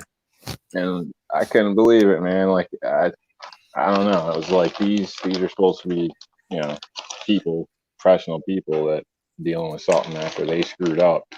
And I go in the room, they didn't vacuum the carpet. There's still hairs on the side of the shower. Like I'm just like, oh my God. Like I felt like I was talking to like some 7-year-olds trying to clean their room real quick to go to the park. I'm like, oh, let's see what's under the bed. It was horrible. So I ended up having another complaint. The refrigerator like stunk. It was just horrible. It was a bad experience, man. It was like the most expensive place, and they had the worst service. I was not happy. Well, see, I'm a Wyndham's reward member, and I have the Wyndham credit card. So I probably get a little different service than other people get, which it's not like other people can't get that same thing. You can just apply for you can get the rewards no matter what, but then you can get the credit card. It's just like having, like a Hilton credit card or something. Part that bugged me is they offered to comp a couple days or something like that, and which is like, oh, all right, sure, so we went ahead, got that all set up and everything, spent our time, and then come checkout, they were telling me to go through the whole thing again. So, and it turned out to be a big ordeal. So we left, went to a different part of Florida, and of course the people dealing with it aren't there right now, and you're checking out, so they're expecting you to leave. And pretty much went to a different part of Florida, and with the phone back and forth, finally I think they understood, like, we will turn around and come back and cause a scene in your lobby. So Yeah, they ended up doing it. Like, to me, it's principle. I'll drive 2 hours just to be a prick. Like, we didn't ask for it. You offered it. And now you're trying to tell us differently. And, I don't know. I'm not happy with it. And the thing is you can't tell. like, if you go like the Travel Lodge, you know, they're a hotel Yeah, I chain, wouldn't say that. and they're part of like the Wyndham thing. But then you got like Caesar's Palace in Vegas, and all the Caesar hotels and timeshares and stuff. That's all owned by Wyndham, you know, and so is your like Motel 8 and stuff like that. There's some, you know. Yeah, most of those I wouldn't bother. I mean, usually they charge to the point where you could drop $20 on top and get a place with a nice pool, you know, breakfast, Wi-Fi, all that stuff. I stopped at trying to think of the name of it now. It was one you just named one of them, and the rooms had like ripped up couches, the seat cushions were missing, there was trash in the garbage again. I mean, it looked like some place that you'd rent by the hour. My, Yeah, I'm my not paying money to sleep in a place like that. my advice, like if people like if you're traveling and you don't like pre-book your hotel room, you can always request to see a room. No, You can we seen 3 before we left, and they were all the same way. The Yeah. housekeeping left. You But can normally I'd get it ahead of time, and I'd recommend going a little better. You can get good deals like on a better class place or room where you're paying just about the Yeah. same price with much better service. Yeah, not have to worry about leaving and having to, you know, fumigate your car or something afterward.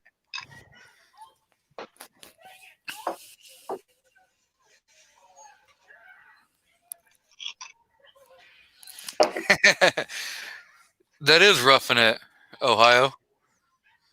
He says my wife thinks roughing it is when we're traveling is when there's no mint on the pillow.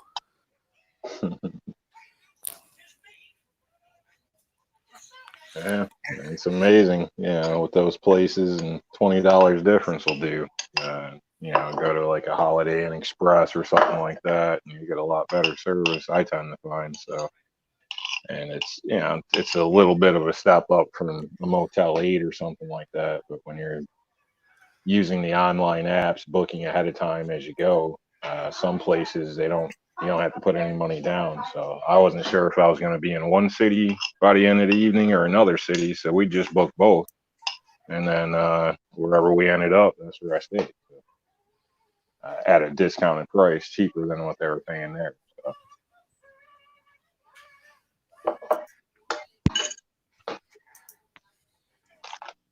So there's many ways to skin a cat, but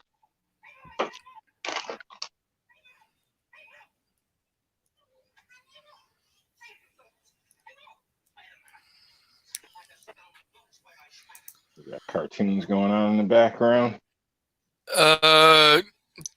Kinda, you could say it's Three Stooges. Three Stooges.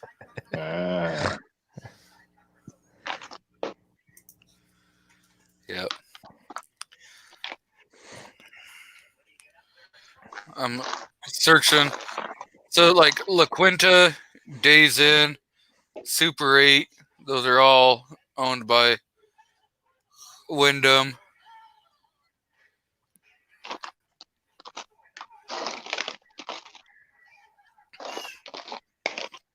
And there's other.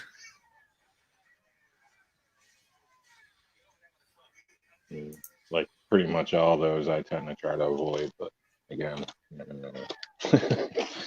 I expect, you know, something decent for my money. I'm sure Trademark. different facilities are different. You know, not every place is probably the same. There's probably some crappy Holiday Inn Expresses too. So I don't know.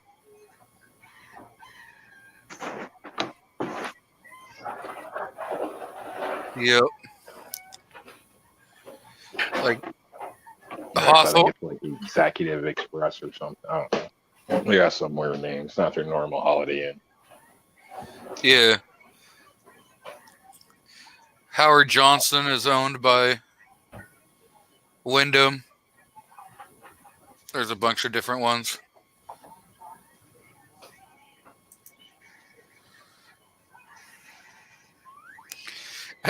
Aaron Mortensen says that he agrees with Ohio's wife. If there's not a mint on the pillow, there's a problem.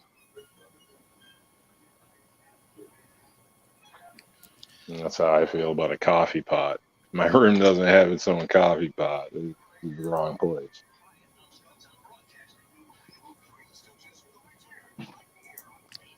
And a pool. It's hard to find hot tubs. Like, when you're traveling on the road, there's a lot of places that not many places seem to have them. Everybody's got a pool.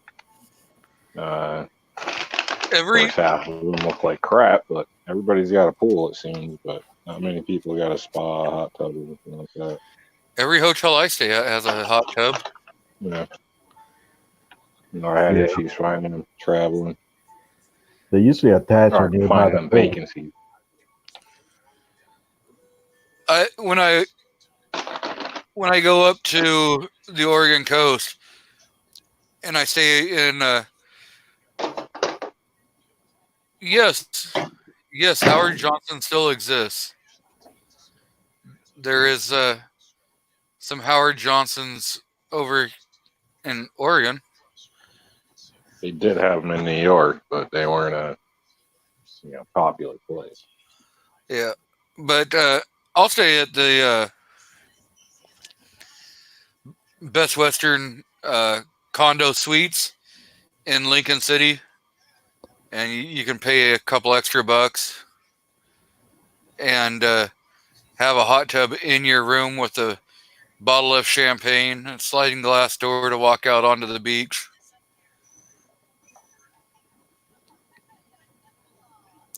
But that hotel you definitely want to stay at during off season, so you're not want to be there during the summer and stuff, because you're looking around $200 a night for just a regular room.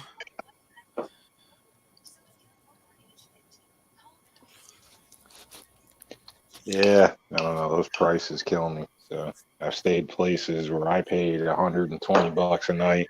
With the plaque in the room says it goes for like 800 certain times or things like that. And Yeah, ain't no way I'd spend that $800. You gotta be crazy.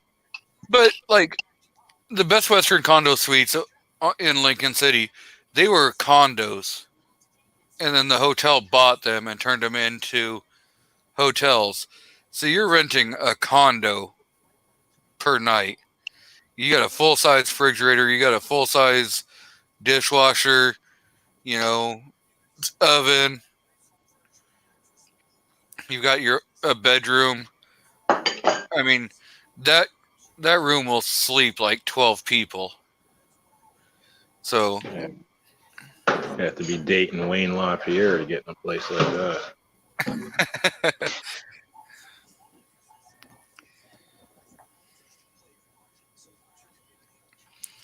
yeah. Actually, I can't even remember the last time I stayed at a hotel that put a mint on your pillow.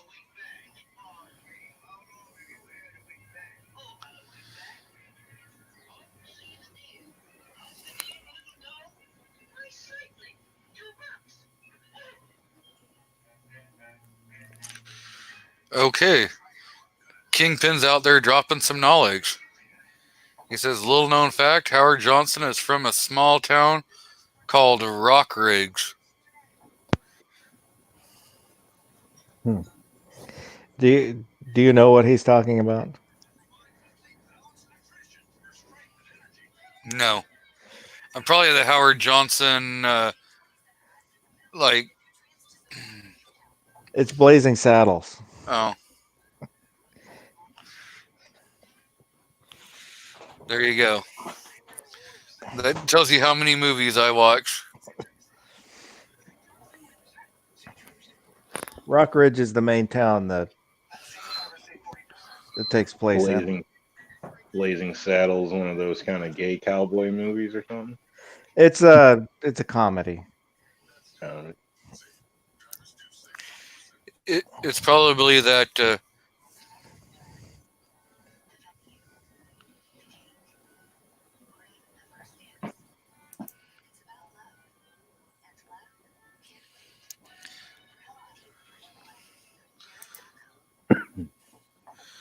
So, Mr. Carolina EDC, Yeah. you got any plugs you want to throw out before you head out in what's it, 5 minutes? Yeah. You know, if you're not subscribed or whatever, just check me out. Got a video coming out tomorrow. Check it out as well. A lot of stuff coming up soon in the future. Just gotta get them done. That's pretty much it. Just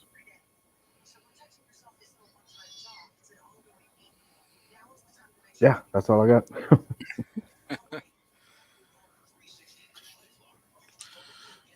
Trying to see if I can find my subs on my, because I've got my channel analytics up. If I can find my subs, I could pull up a link to your channel.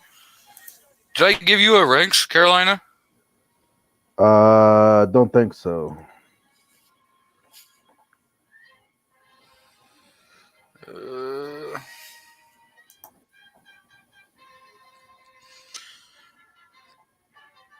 If you comment in the chat, I gotta remember to pause. Take that wrench, and he's going to expect you to fix all his problems. That's a big responsibility there. Yeah. Why am I not finding?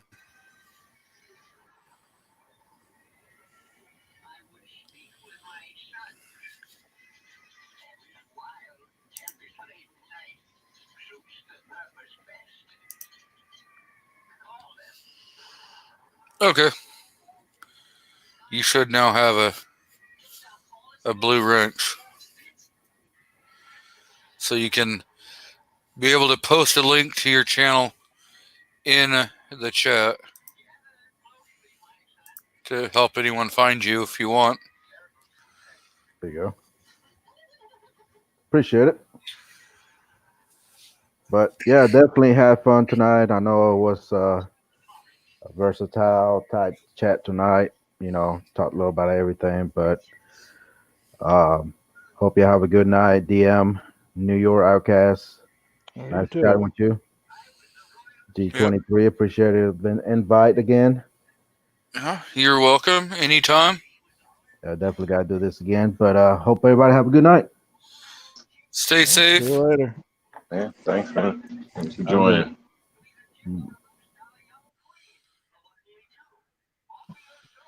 So,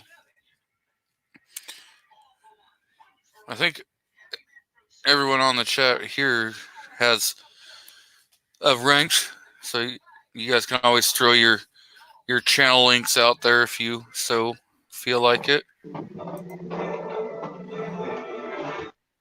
Yeah, I'm not looking at the chat or whatever, so it don't matter to me.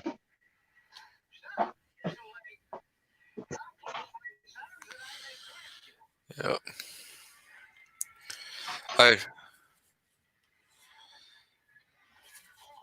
Running on the computer, the chat's up and right there, so running through the duck. So I wonder. So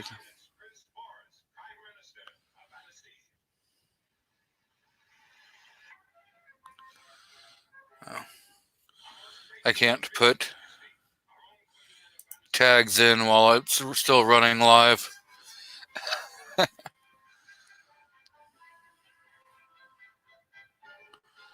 Like I said, if it's about mine, don't even worry about it. I'm not concerned, so I'm not here trying to be famous or get rich.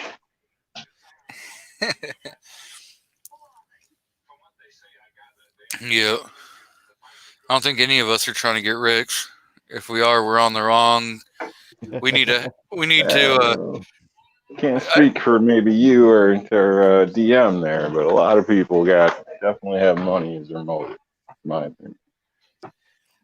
if I was gonna YouTube for money, I would create a video game where you're playing online, doing video games and stuff.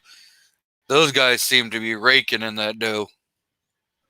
Yeah, yeah. There's always angles in every market. Yeah, almost every channel out there has something for sale. Yeah, I'm just gonna switch subject. Yeah. Yeah. I just want to bring more awareness to the 2A and keep people interested in firearms and try bringing as many people to the firearm community so we can try to get the infringements we have going on, try to fight and get those things overturned. That's my only motive I've got. Yeah, I'm with that. It'd be nice. Get more people involved and whatnot, but yeah, basically it. And obviously, it's a kind of a learning experience. I know a lot of us tend to think we know everything, but I can state I've learned quite a lot from the YouTube gun community. So my area lies, pretty heavily in one area, and there's a whole lot of, it's a big world out there when it comes to firearms. So I'm still learning every day. So. Oh yeah, yeah. There's things about the firearm community that I have no clue on, but that's the one thing nice is if you have questions, you can kind of, look it up and pretty much find somebody who has something. And Mr. Ghost Tactical has graced us with his presence.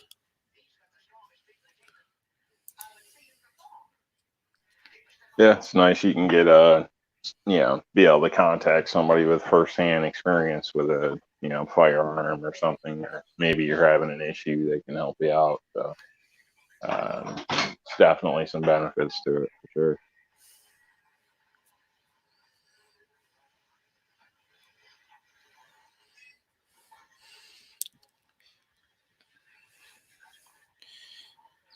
So throw the link back out there if anyone else wants to join in. We have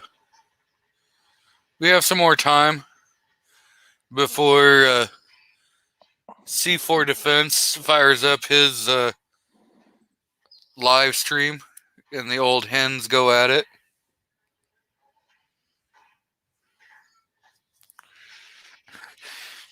We're talking about where the white women at in the chat now. It's more Blazing Saddles. Oh. I was like, wait. I almost forgot what chat this was.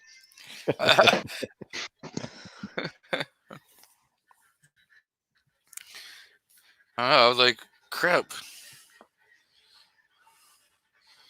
So did anybody watch the what's it? Delaware Patriot the other night? No. No, never heard of. I don't know what he was doing. I don't know if he was trying to get channel strikes or what the hell he was doing. But he was just being like he was a DJ and requesting people to, requesting songs, and he was playing songs on live stream. So, he got at least a couple copyright infringement strikes.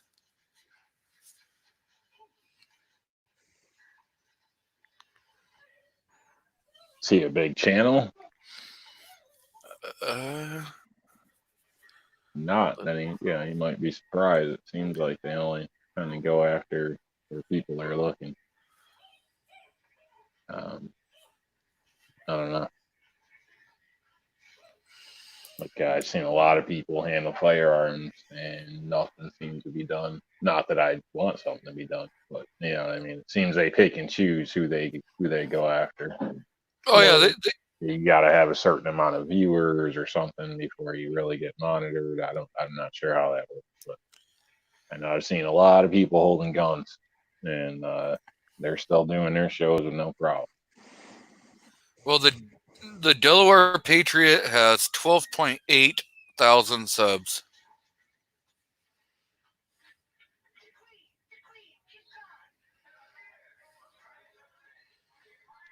I don't know. Seems like that's more than what I see some people getting harassed with in the gun community. So. And I mean, he does a lot of 2A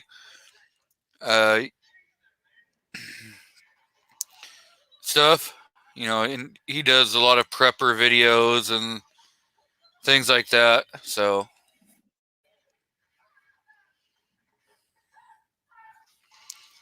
yeah, he's definitely in there.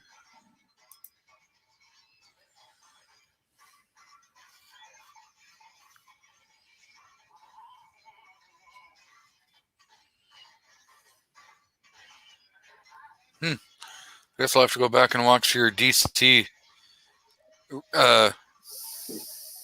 video that you had out.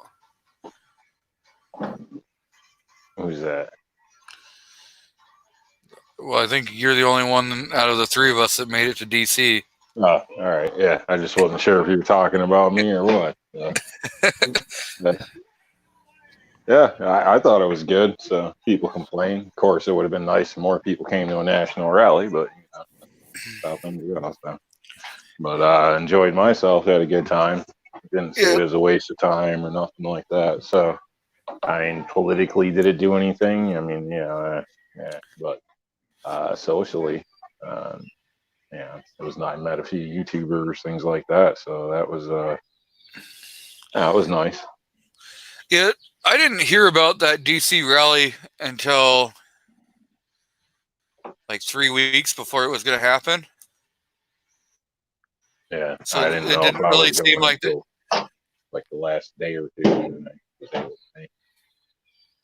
It just didn't seem like it got really talked about and really pushed out there so that more people could have gone.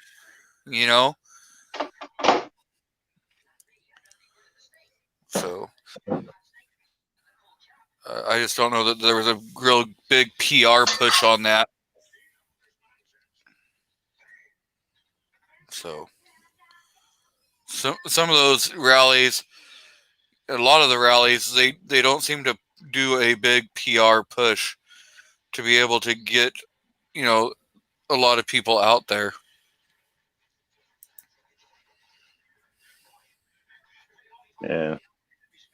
Yeah, I don't know. It'd be nice if more people were involved, but that's the same old story. So.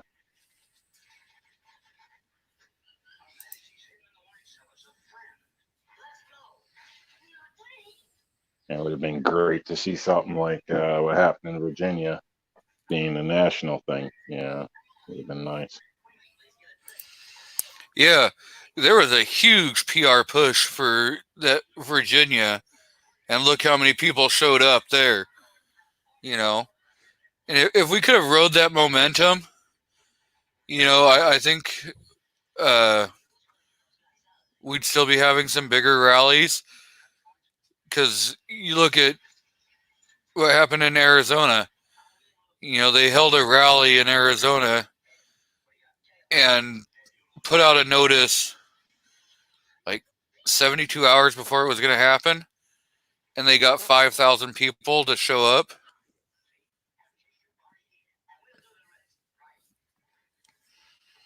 I think it was 5,000 or 10,000 people that showed up for 72-hour notice.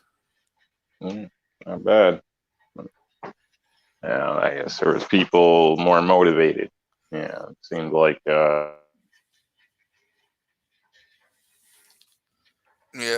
but that was you're right. They were, still riding that momentum of all the people, that were irritated and upset about what was going on in Virginia and some of the other places. So when they threw out, hey, we're going to have a rally because of some infringements that are being brought up, yeah, okay, they got people to show up.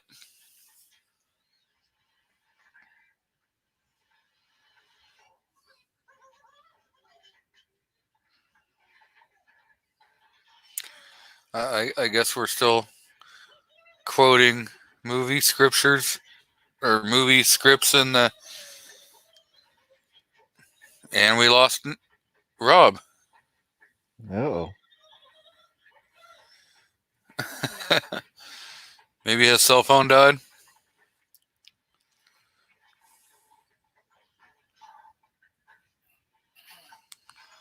But so, anyone in the audience have any questions or comments they want?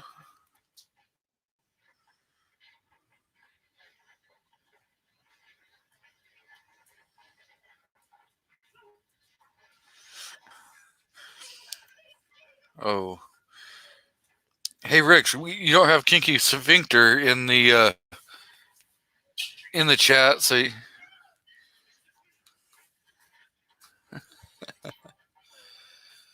Oh, but yeah, all I know is that we gotta stay on. If we hear about bills that are being introduced, we need to make sure we're bringing it to the attention so that we can get more people to react to try protecting our rights.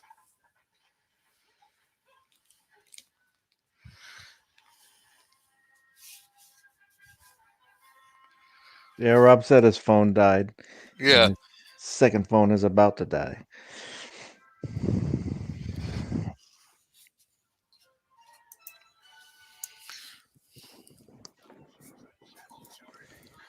Well, thanks again, Rob, for showing up and putting up with us.